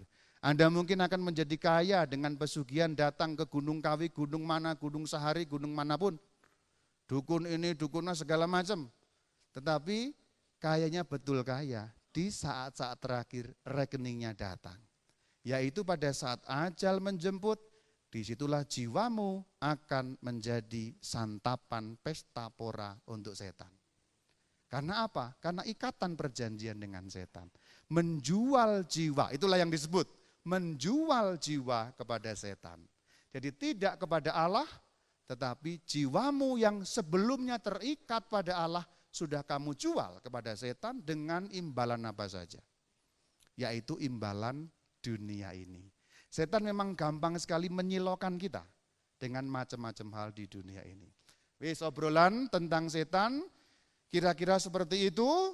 Keyakinan kita masih ada sebenarnya ditambah kalau mau beberapa hal bagian ini. Nah ini dulu, terakhir sebelum nanti tanya jawab, boleh kita membaca dengan penuh keyakinan nas dalam Alkitab satu ayat suci yang dikutip dari surat pertama Yohanes pada bab yang keempat ayat yang keempat bunyinya seperti ini kita baca bersama-sama. Kamu berasal dari Allah, anak-anakku, dan kamu telah mengalahkan nabi-nabi palsu itu sebab roh yang ada di dalam kamu lebih besar daripada roh yang ada di dalam dunia. Jadi sebenarnya Allah memberi kita jaminan bahwa roh yang ada dalam kamu, dalam kita, yaitu kuasa Roh Kudus, mampu menangkal segala roh dalam dunia, yaitu roh iblis, roh setan, roh malaikat yang jatuh. Aku menutup pembicaraan ini sampai di sini. Kalau ada tanya jawab boleh kita lanjutkan dengan tanya jawab. Dipersilakan. Shalom alaikum.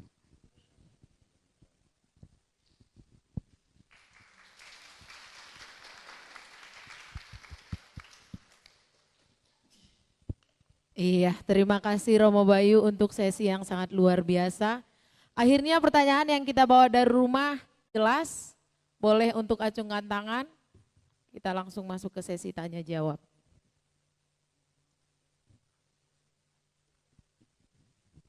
Silakan berdiri Pak, disebutkan Romo. Nama, mohon sebutkan nama. Nama saya Cecep Romo. Saya mau tanya Romo, kalau bedanya roh dan jiwa. Saya pernah berbicara bahwa manusia itu terdiri dari roh dan jiwa, sedangkan binatang adalah cuma jiwa saja. Ya, itu pertanyaan pertama. Kemudian pertanyaan kedua, kalau bayi lahir, itu roh yang masuk itu roh dari roh bekas orang gitu, masuk ke bayi itu, atau memang ada roh bayi, roh baru yang masuk ke dalam bayi itu. Kemudian saya juga mendengar tadi baca bahwa setan itu tidak bisa diampuni. Saya pernah mendengar dari salah satu pastor cerita bahwa di Bermuda Triangle waktu itu kan ada kecelakaan berkali-kali dan hilang. Ternyata di situ ada roh-roh yang istilahnya roh gentayangan yang minta didoakan. Akhirnya pastor membuat misa kudus di sana untuk membebaskan roh-roh yang ada ditenggelamkan waktu itu di Bermuda Triangle. Itu ceritanya kan perbudakan waktu itu dari Afrika yang dibawa ke Amerika oleh tentara Republik, dilarang. Akhirnya perbudakan itu ditenggelamkan di Bermuda Triangle. Sehingga banyak roh-roh yang istilahnya berkentayangan dan didoakan, dan akhirnya sekarang sudah tidak ada lagi kecelakaan. Mungkin bisa diingatkan yang kecelakaan yang baru terjadi di tol 91, mungkin itu juga salah satu ada yang berkentayangan itu yang perlu didoakan. Karena ini juga terjadi baru-baru ini, kami lagi ngebangun pabrik di Pasuruan. Ternyata itu banyak sekali yang terganggu pekerja kami. Ada yang melihat genderuwo katanya. Ada yang kecelakaan. Akhirnya mereka minta kita membuat doa-doa. Saya tidak mengerti, tapi saya serahkan kepada mereka. Akhirnya ada yang kesurupan bahwa kami mengusir tempat-tempat kebiasaan setan-setan atau apa yang saya nggak mengerti. Akhirnya mereka minta ditempatkan lagi janur kuning, minta ditanamkan, karena di situ dulu ada janur kuning tempat mereka berkumpul katanya. Kita bongkar. Akhirnya mereka mengganggu, meminta menarik perhatian untuk kami mendoakan untuk membuat satu tempat lagi. Itu aja Romo, terima kasih. Baik, terima kasih Pak Cecep. Saya jawab dari yang nomor 3 Pak. Bagian yang nomor 3 inilah justru yang tadi saya ingatkan di bagian awal, bahwa ilmu kita dengan dunia roh banyak dipengaruhi oleh ilmu masyarakat. Bagian terakhir juga sama. Kita menganggap orang meninggal itu ada gentayangan. Itu menurut pandangan masyarakat dan beberapa budaya.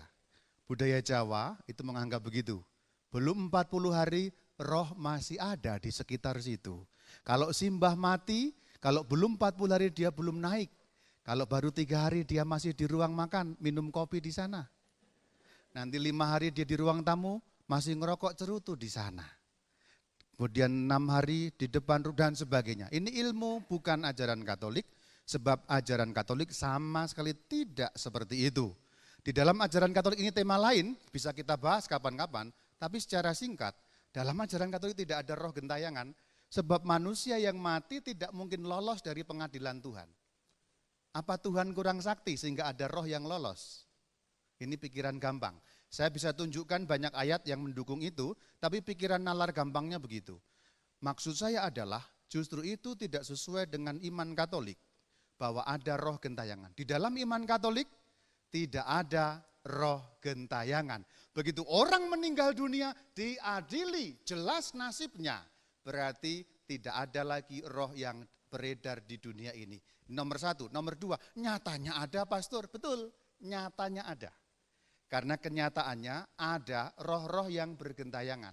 Tetapi itu dalam ajaran Katolik kita menjadi jelas, roh yang bergentayangan bukan roh si mati.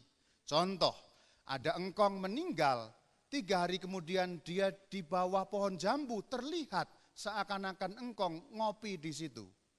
Kita menganggap ada roh engkong gentayangan di bawah pohon jambu. Ini bukan roh engkong, tetapi ini roh setan yang menyamar. Jadi semua roh yang dianggap gentayangan adalah setan yang meniru sebagai orang yang meninggal. Justru itu. Justru ajaran Katolik bertentangan atau tidak sama dengan yang diyakini oleh umum. Masalahnya kita ini mendengar diajar oleh masyarakat. Kita mendengar ilmu dari masyarakat. Kita mendengar ilmu dari agama lain tanpa tahu persis ajaran gereja kita sendiri seperti apa. Sehingga kita tersesat memahami yang sebenar-benarnya menurut ajaran Katolik. Nomor 1, tidak ada roh gentayangan. Sebab semua roh langsung diadili detik dia meninggal. Langsung jelas nasibnya. Ini tema yang lain, dunia setelah mati. Nomor 2, kenyataannya ada Romo. Engkong muncul di situ, Mbah Jambrong ada di situ Romo, Mbah Bayu di sana Romo. Itu bukan Mbah Bayu, tapi itu setan yang menyamar menyerupai Mbah Bayu. Kalau ditanya apapun mengenai Mbah Bayu dia ngerti. Ingat, setan itu apa? Malaikat yang penuh dengan kuasa. Maka dia tahu segala macam. Dia tahu masa depan, dia tahu masa lalu, dia macam-macam kebiasaan kita bahkan yang rahasia pun tahu. Maka kalau ditanya, kalau betul kamu ada lengkong ini coba bilang, kamu punya tai lalat ada di mana? Dia bisa sebutkan. Padahal tai lalatnya tersembunyi 3 cm di bawah udel. Gak ada orang tahu kan, tapi dia tahu. Tersembunyi. Kalau betul kamu engkong, pokoknya ditanya semua tahu. Kalau betul kamu engkong, istrimu punya utang berapa? Iya dia punya utang 3 juta ke Pastor Bayu. Nah misalnya, contohnya. Itu Pak, nomor 3. Nomor 2 ini tema lain reinkarnasi. Pada saat penciptaan itu bukan roh yang lain, roh bekasan terus masuk gitu ya, enggak. Satu orang itu satu roh, satu badan. Dan penciptaannya bersamaan detik yang sama. Bukan berarti badannya diciptakan terus dimasukkan, diinfus, enggak. Ini salah. Ini pemahaman yang salah. Mungkin dalam masyarakat kita, dalam agama lain kan juga begitu. Manusia kalau diciptakan tuh rohnya masuk hari ke-40, ada. Hari ke-90, ada. Hari ke-20, ada. Enggak. Roh dan badan diciptakan detik yang sama. Begitu sel telur, sel sperma ketemu, boom, roh diciptakan Tuhan, roh yang baru. Badan manusia ada, rohnya ada, menyatu di situ. Bukan badan diciptakan dulu, terus diinfus. Memangnya Tuhan tukang suntik apa? Jadi ini ilmu ya, ilmu dalam ajaran Katolik. Jadi jangan sampai keliru memahami. Memang aku ngerti. Masukan-masukan kita itu asalnya dari macam-macam sehingga kadang-kadang kita nggak ngerti. Tapi malam ini semoga langsung ngerti bahwa bagaimana sih penciptaan manusia. Penciptaan manusia adalah sel telur, sel sperma ketemu, badan tercipta, detik itu juga roh tercipta. Dan itu roh baru bukan roh bekas. Tidak ada roh second Pak ya. Ya, jadi ini roh baru. Jadi manusia itu satu badan, satu roh sudah masing-masing punya. Reinkarnasi tidak ada. Kalau satu orang saya ini ya rohnya ini, badannya ya ini. Nanti di akhirat ditemukan lagi badan saya ini, roh saya ini.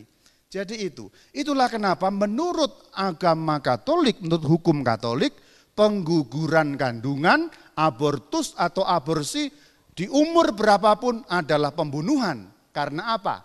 Detik itu juga dia manusia, sudah ada rohnya, sudah ada badannya menyatu di situ. Maka abortus mau di hari pertama, di hari kedua, di setengah jam pertama, begitu sudah ada janin, itu merupakan pembunuhan kepada manusia. Kenapa? Karena manusia tidak dinilai dari kelengkapan badannya. Loh itu kan baru gumpalan Romo, betul, tapi dia manusia. Karena kalau kita menilai manusia tidak berdasarkan kelengkapan badannya. Punten kalau ada orang cacat, tangannya tidak ada dua-duanya, kakinya tidak ada dua-duanya, kupingnya tidak ada dua-duanya, mulutnya setengah miring, punten ini pokoknya yang jelek-jelek itu, matanya di situ satu di sini, apakah dia bukan manusia? Dia manusia, meski tanpa kelengkapan badan. Maka dalam perut dia manusia, meski tanpa kelengkapan badan. Jadi ini saya sudah jelaskan hal yang lain, tapi semoga menjawab itu. Yang pertama bedanya apa roh dengan jiwa. Sebenarnya itu menunjuk pada hal yang sama. Hanya manusia yang disebut jiwanya disebut roh. Manusia terdiri dari 2, jiwa dan badan. jiwa manusia bisa disebut roh. Kenapa? Karena jiwa manusia mengenali Sang Pencipta. Badan tidak mengenali Sang Pencipta, jiwanya mengenali Sang Pencipta. Jadi gampangnya jiwa dan roh itu menunjuk pada hal yang sama, tetapi hanya dikenakan untuk manusia.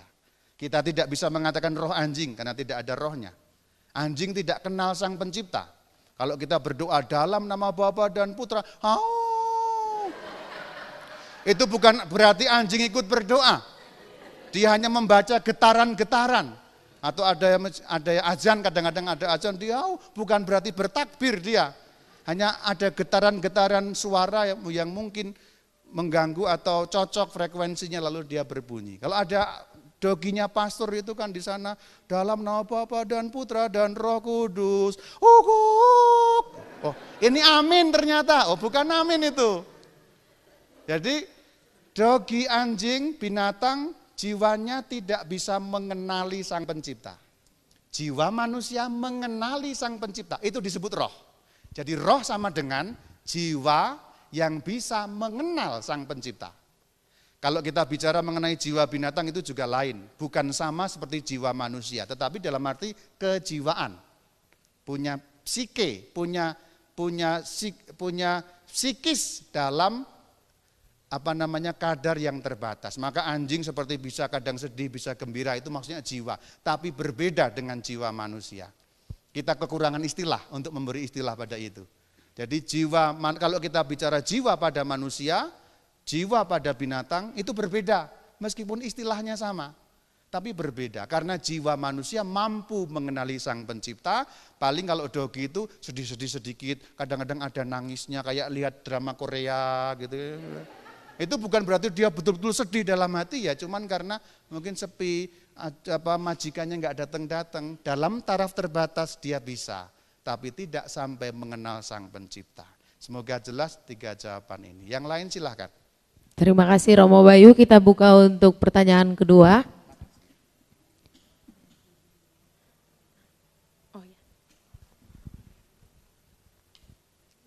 Selamat malam Romo Bayu, nama saya Roy. Hanya satu yang saya mau pertanyakan sama Romo. Poin yang terakhir,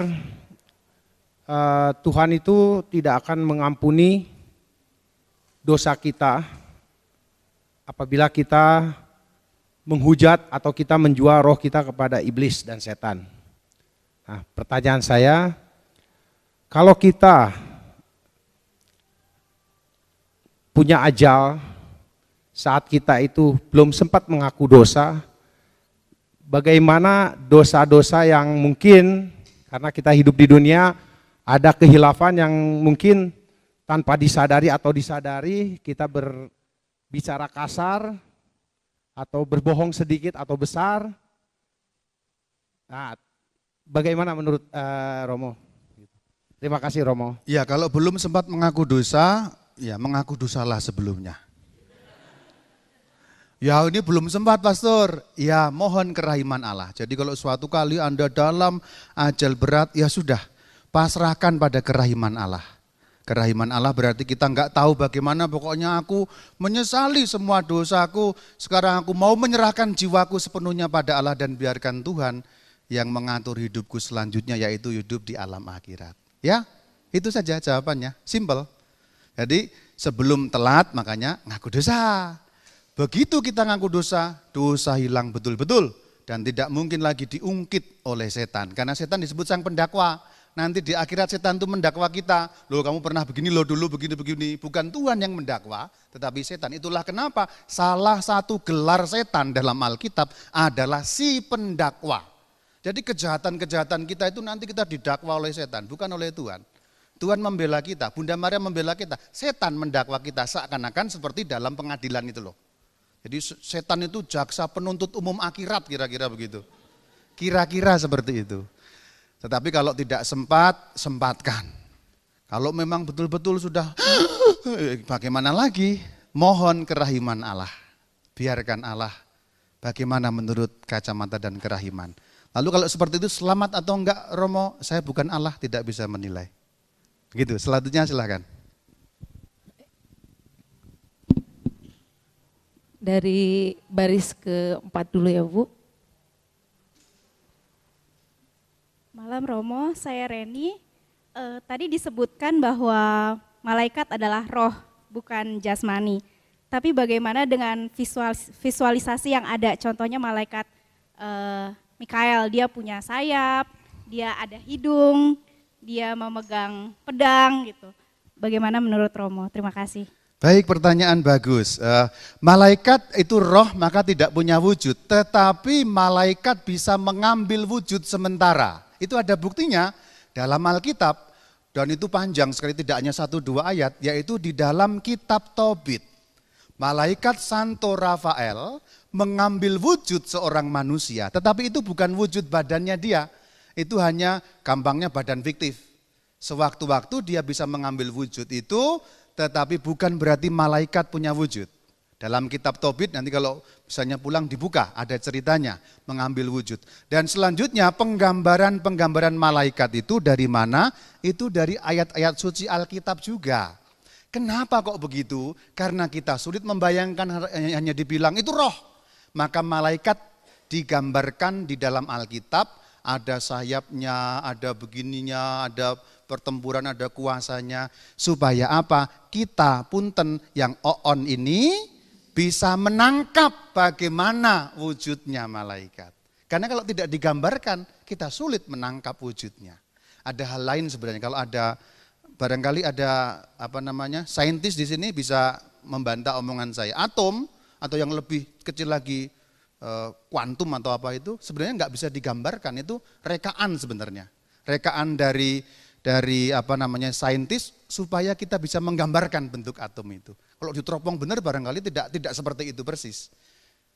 Nah, malaikat juga gitu, supaya kita ada gambaran. Makanya penggambaran malaikat kadang-kadang beda-beda. Malaikat Santo Mikael kadang-kadang digambarkan dengan gagah perkasa, seperti saya ini kira-kira. Hitam, pakai pedang, pakai itu gitu. Di saat yang lain dalam gambar ikon, namanya gambar ikon, malaikat Mikael digambarkan agak feminin, membawa bola dunia seperti itu, membawa perisai. Jadi ada beberapa gambaran tetapi ada pola umum. Intinya apa? Untuk memberi kita kesempatan menggambarkan malaikat, tetapi malaikat bukan seperti itu. Itu hanya penggambaran kita supaya gampang saja. Kira-kira begitu. Selanjutnya silakan. Silakan Ibu.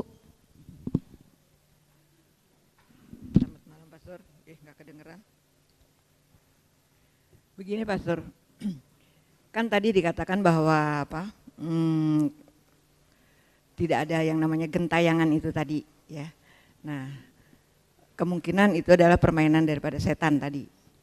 Nah sekarang apa bedanya, maaf nih Pastor ya, dulu pun yang kita pelajari bahwa Yesus pada hari ke-7 menampakkan diri, pada hari ke-40 baru dia naik ke surga. Nah itu apa bedanya dengan kalau sekarang misalnya tadi dibilang kakek-kakek, nenek-nenek menunjukkan diri, itu Pastor. Makasih. Nah ilmunya mesti tahu kita di sini, Yesus bukan arwah. Nah ingat ya, Yesus apa statusnya? Bangkit dari alam kematian, badannya ada lagi.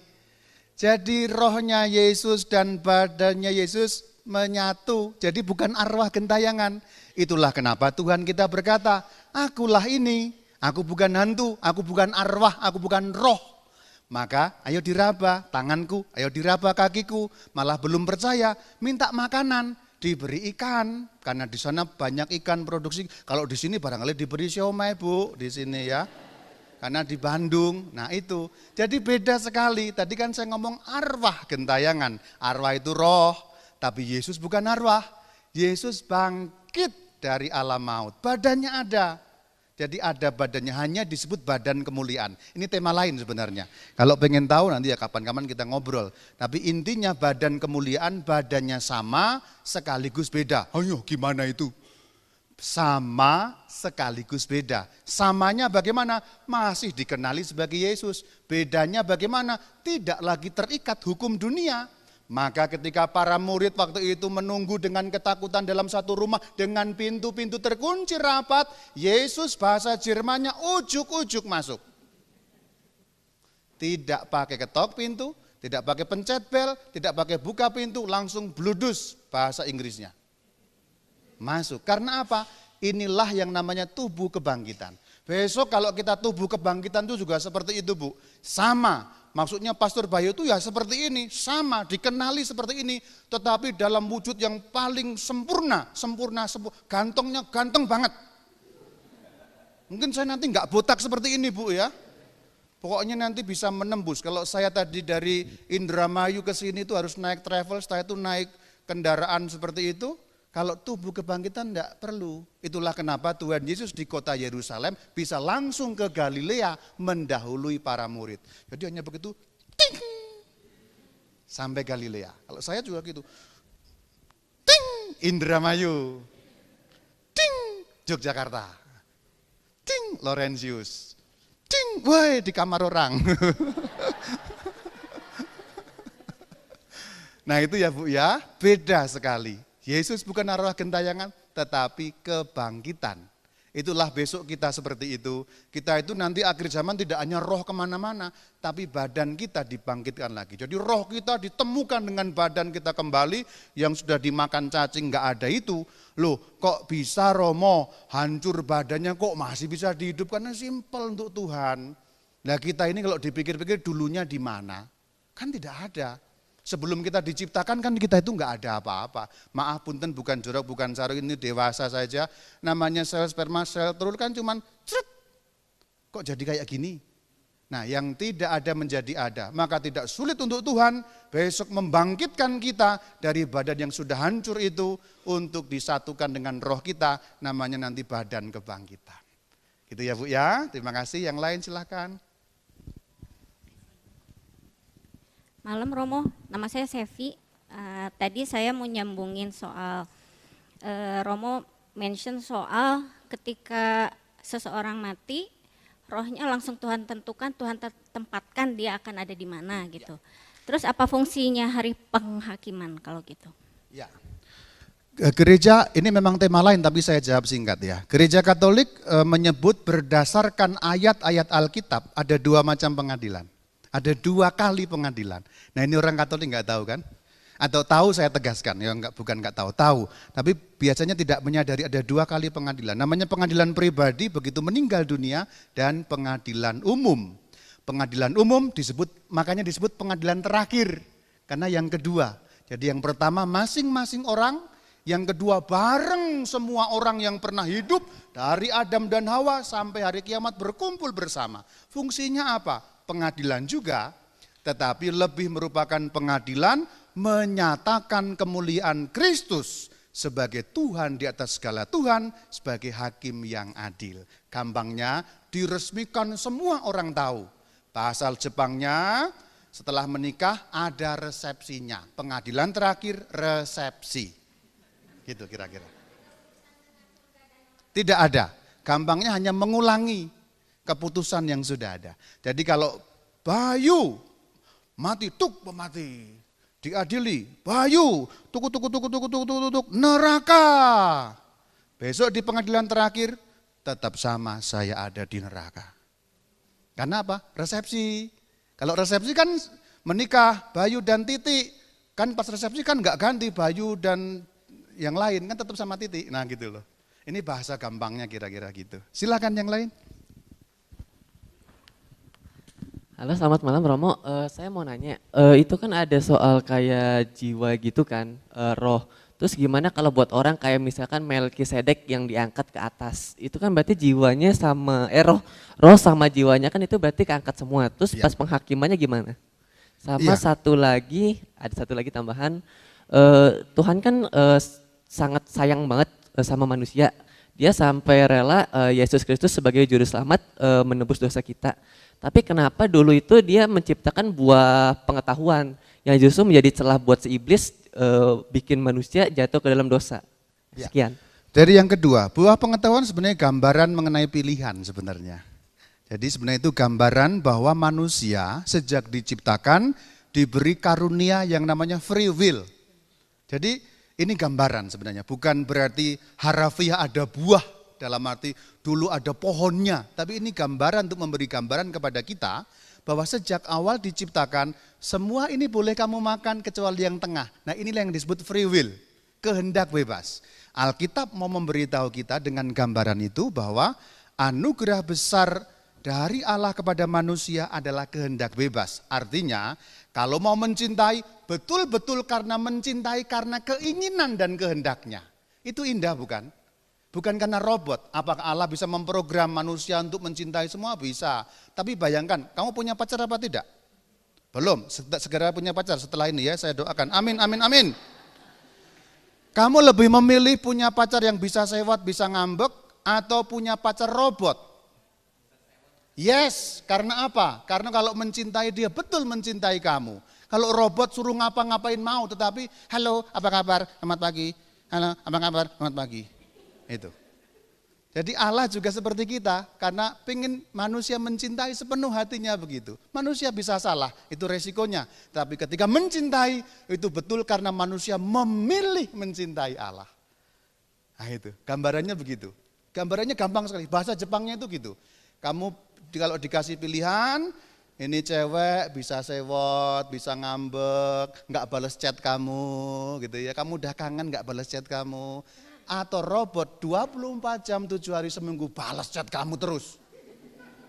Kamu enggak mau. Bapak lebih punya istri robot atau orang, Pak? Orang kan? Buktinya ini sudah menikah, sudah ada buktinya. Jadi gitu gambarannya. Lalu yang pertama tadi apa ya? Oh, sebenarnya Henok gitu ya, yang kamu maksudkan Henok ya. Enggak apa-apa, kan sudah lumayan sedikit deket-deket Melkisedek dan Henok ya. Henok diangkat, ini masalah tafsir juga. Karena diangkat, kata-katanya diangkat. Tapi apakah bukan berarti itu meninggal tidak pakai meninggal? Belum tentu. Kalau dibaca teks Alkitabnya, itu bisa jadi prosesnya adalah memang Henok diangkat tetapi dalam arti meninggal dunia kemudian diangkat. Dalam arti itu. Karena teksnya tidak jelas. Orang memahami satu pihak bahwa diangkat dikiranya adalah langsung lagi ngulek sambil ditarik ke atas gitu. Jadi ini problematis tafsiran namanya. Saya nanti bisa memperdalam tapi bukan tempatnya, lain kali kita bisa bicara mengenai itu. Jadi nanti dicek lagi di Henok, kamu lihat itu diangkat. Tapi kalau kita lihat itu bisa macam-macam versinya, tafsiran dari ayat itu. Silakan yang lain, masih ada waktu. Ibu Sisil. Iya, iya. Doa Santo Mikael, Bu, ya. Terima kasih.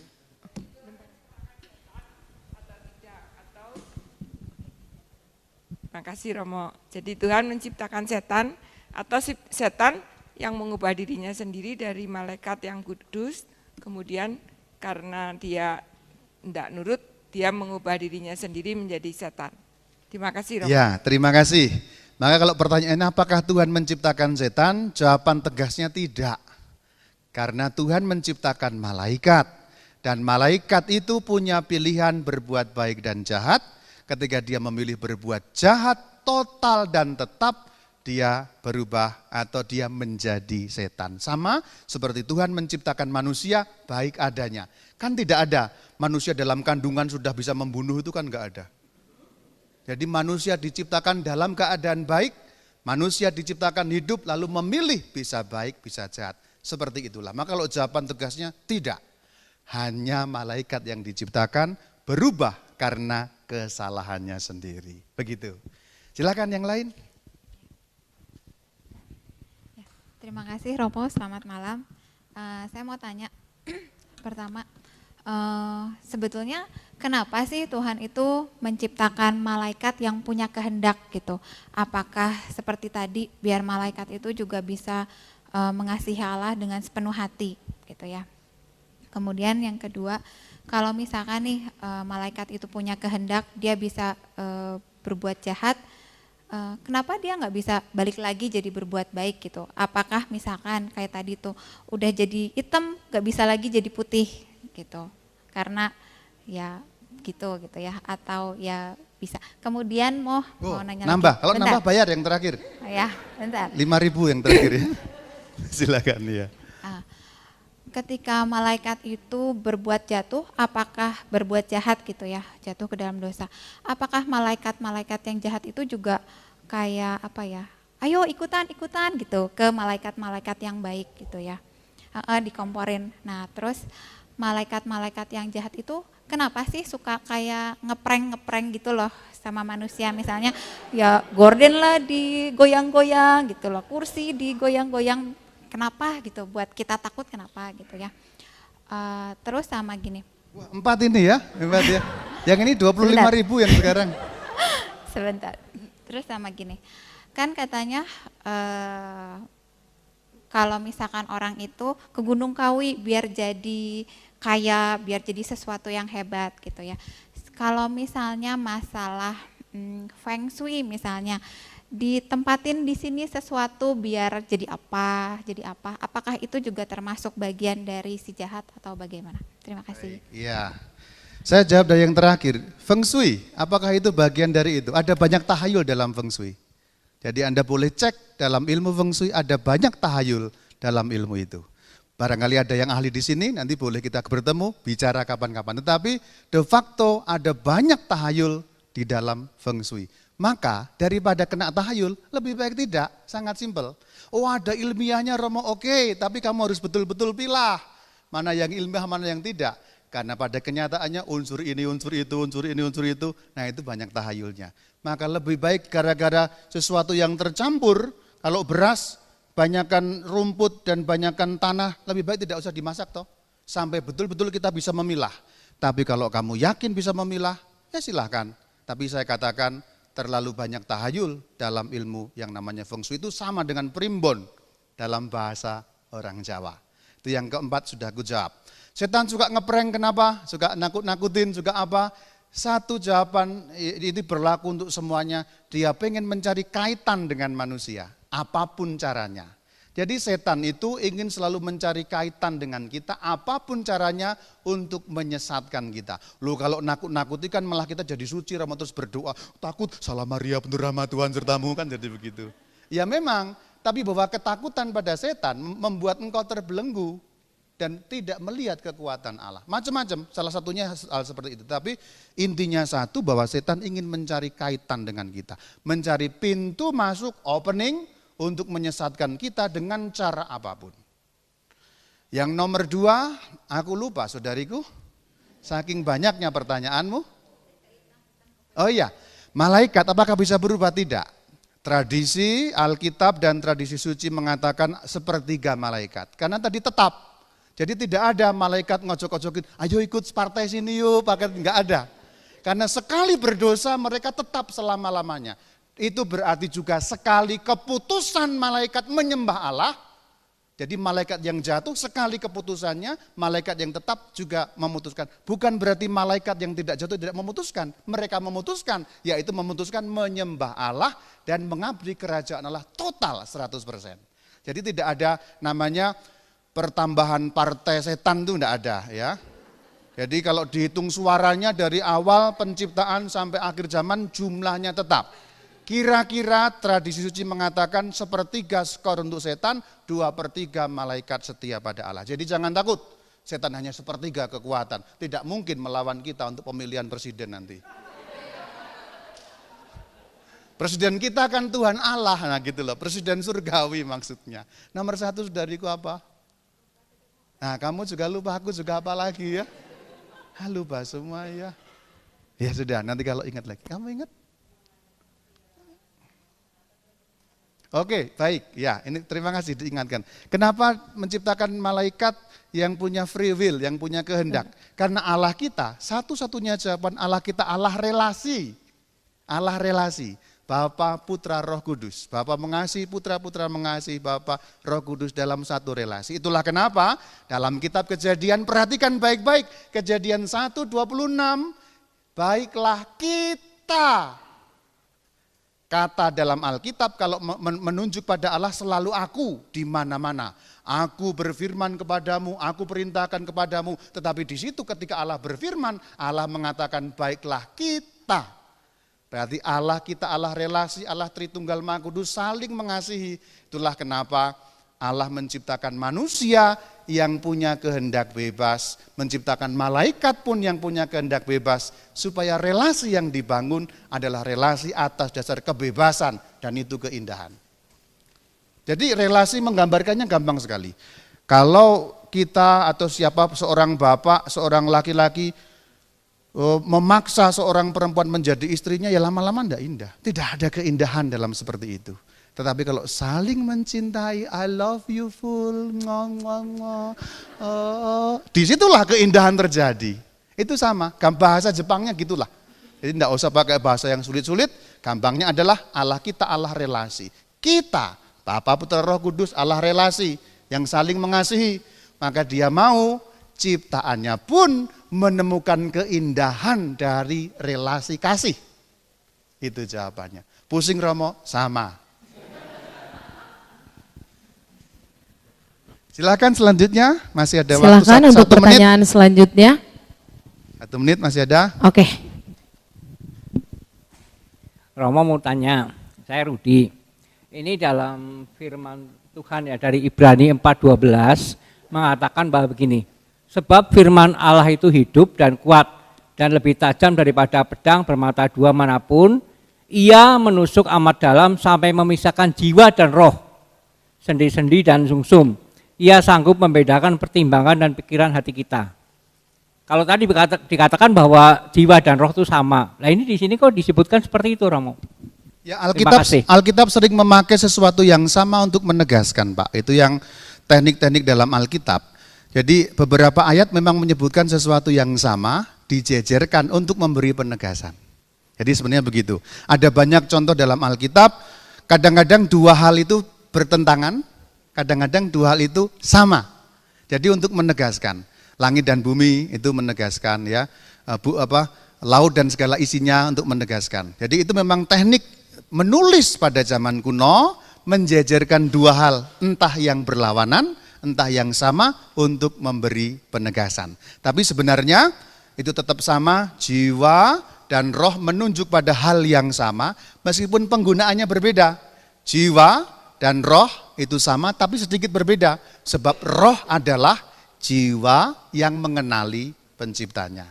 Tapi jiwa itu sendiri, misalnya kita berperasaan, kita bisa merasakan senang, duka cita, itu kan jiwa.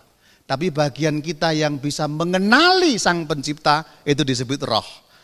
Maka kejiwaan ada tersendiri, roh ada tersendiri, tapi ini hal yang sama sesungguhnya. Jadi demikian Pak jawabannya. Satu lagi saya beri kesempatan untuk tanya jawab ini.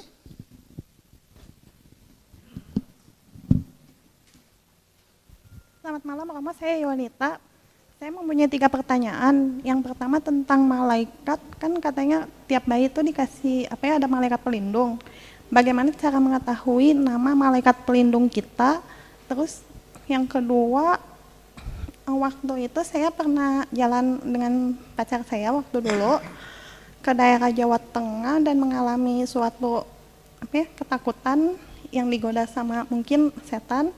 Pas saya berdoa tuh saya merasakan seperti ada malaikat yang melindungi, yang memeluk saya, karena saya merasakan kedamaian sama kehangatan yang beda daripada biasanya gitu. Terus jika malaikat pelindung kita misalnya menjadi jahat, terus nanti kita tidak ada malaikat lagi atau bagaimana? Terima kasih. Jawabannya dari yang ketiga supaya lebih paham lagi bahwa malaikat tidak mungkin berubah lagi. Setan juga tidak mungkin berubah lagi. Jadi saya tegaskan, begitu awal penciptaan keputusan, setan tetap setan, malaikat tetap malaikat. Jadi tidak mungkin berubah menjadi jahat. Artinya malaikat sekarang tidak punya kemungkinan berubah menjadi setan, atau setan juga tidak punya kemungkinan berubah menjadi malaikat kembali. Malaikat tidak bisa bertobat. Makanya kalau nanti menjelang Prapaskah itu nggak ada kok malaikat ngaku dosa gitu. Tok, pastor siapa itu? Saya setan, pastor mau tobat. Nggak ada. Jadi itu yang ketiga supaya lebih clear ya. Jadi tidak ada perubahan sejak awal itu. Jadi begitu mereka memutuskan, setan tetap setan, malaikat tetap malaikat sampai selama-lamanya. Nomor 2, berdoa. Ini doa paling valid atau doa paling hebat. Bukan karena doa-doa yang lain jelek, tetapi karena ini doa yang khusus untuk melawan kuasa kegelapan. Semua doa baik, seperti gambarannya begini, semua obat baik. Tetapi ada kan obat itu memfokuskan pada sakit tertentu. Kalau kamu sakit gigi ya jangan diobati sakit bisul, enggak sembuh gitu ya. Bukan karena obat bisul tidak sakti, tetapi bukan itu obatnya. Ini doa untuk melawan kuasa kegelapan. Anda boleh foto, boleh doakan setiap hari doa malaikat agung Santo Mikael. Ini barangkali kerjaan setan juga karena sebelum tahun 65 atau tepatnya sebelum tahun 62 selesai perayaan Ekaristi, seluruh umat Katolik seluruh dunia mendoakan doa ini.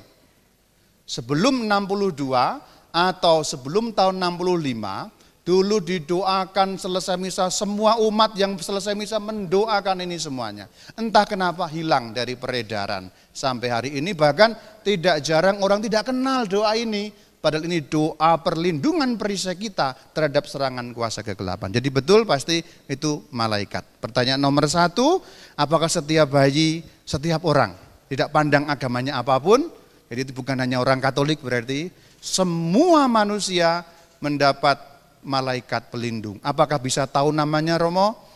Iya bisa kalau Tuhan mengizinkan, tetapi tidak perlu. Gereja mengajarkan tidak usah tahu namanya, maka selalu kita menyapa malaikat pelindung. Ada doa malaikat pelindung, tidak usah perlu kita tahu siapa namanya. Malaikat itu kenal dia, kita kenal dia dalam bentuk roh, tapi tanpa perlu tahu namanya, tapi batinnya kita dekat. Sering-seringlah menyapa saudara-saudariku, malaikat pelindungmu. Jadi zaman sekarang ini orang Katolik jarang sekali menyapa malaikat, padahal malaikat ini kitab Mazmur katakan, malaikat berkemah di sekeliling orang yang takwa kepada Tuhan, malaikat menjadi pelindung bagi orang yang percaya kepada Allah. Ini adalah Tuhan, sarana yang Tuhan berikan pada kita, pelindung, gampang ini bodyguard rohani. Maka sering-sering panggil bodyguard ini, gagah-gagah mereka ini melindungi kita. 1, malaikat pelindung, 2, malaikat agung Santo Mikael. Kita ini kalau doa kepada Tuhan Yesus banyak, pada Bunda Maria banyak, tapi pada malaikat hampir 0. Coba ngacung yang masih berdoa kepada malaikat, tolong angkat tangan hari ini. 1, 2, 3, 4, 5 orang saja di ruangan sebesar ini. Saya berdoa selalu karena aku tahu gunanya berdoa pada malaikat, perlindungan, perisai dari setiap kuasa-kuasa kegelapan. Terima kasih sudah mendengarkan obrolan tidak jelas kalau ngidul ini. Semoga ada gunanya sedikit-sedikit mengenai iman kita. Ku akhiri dengan Shalom Alaikum.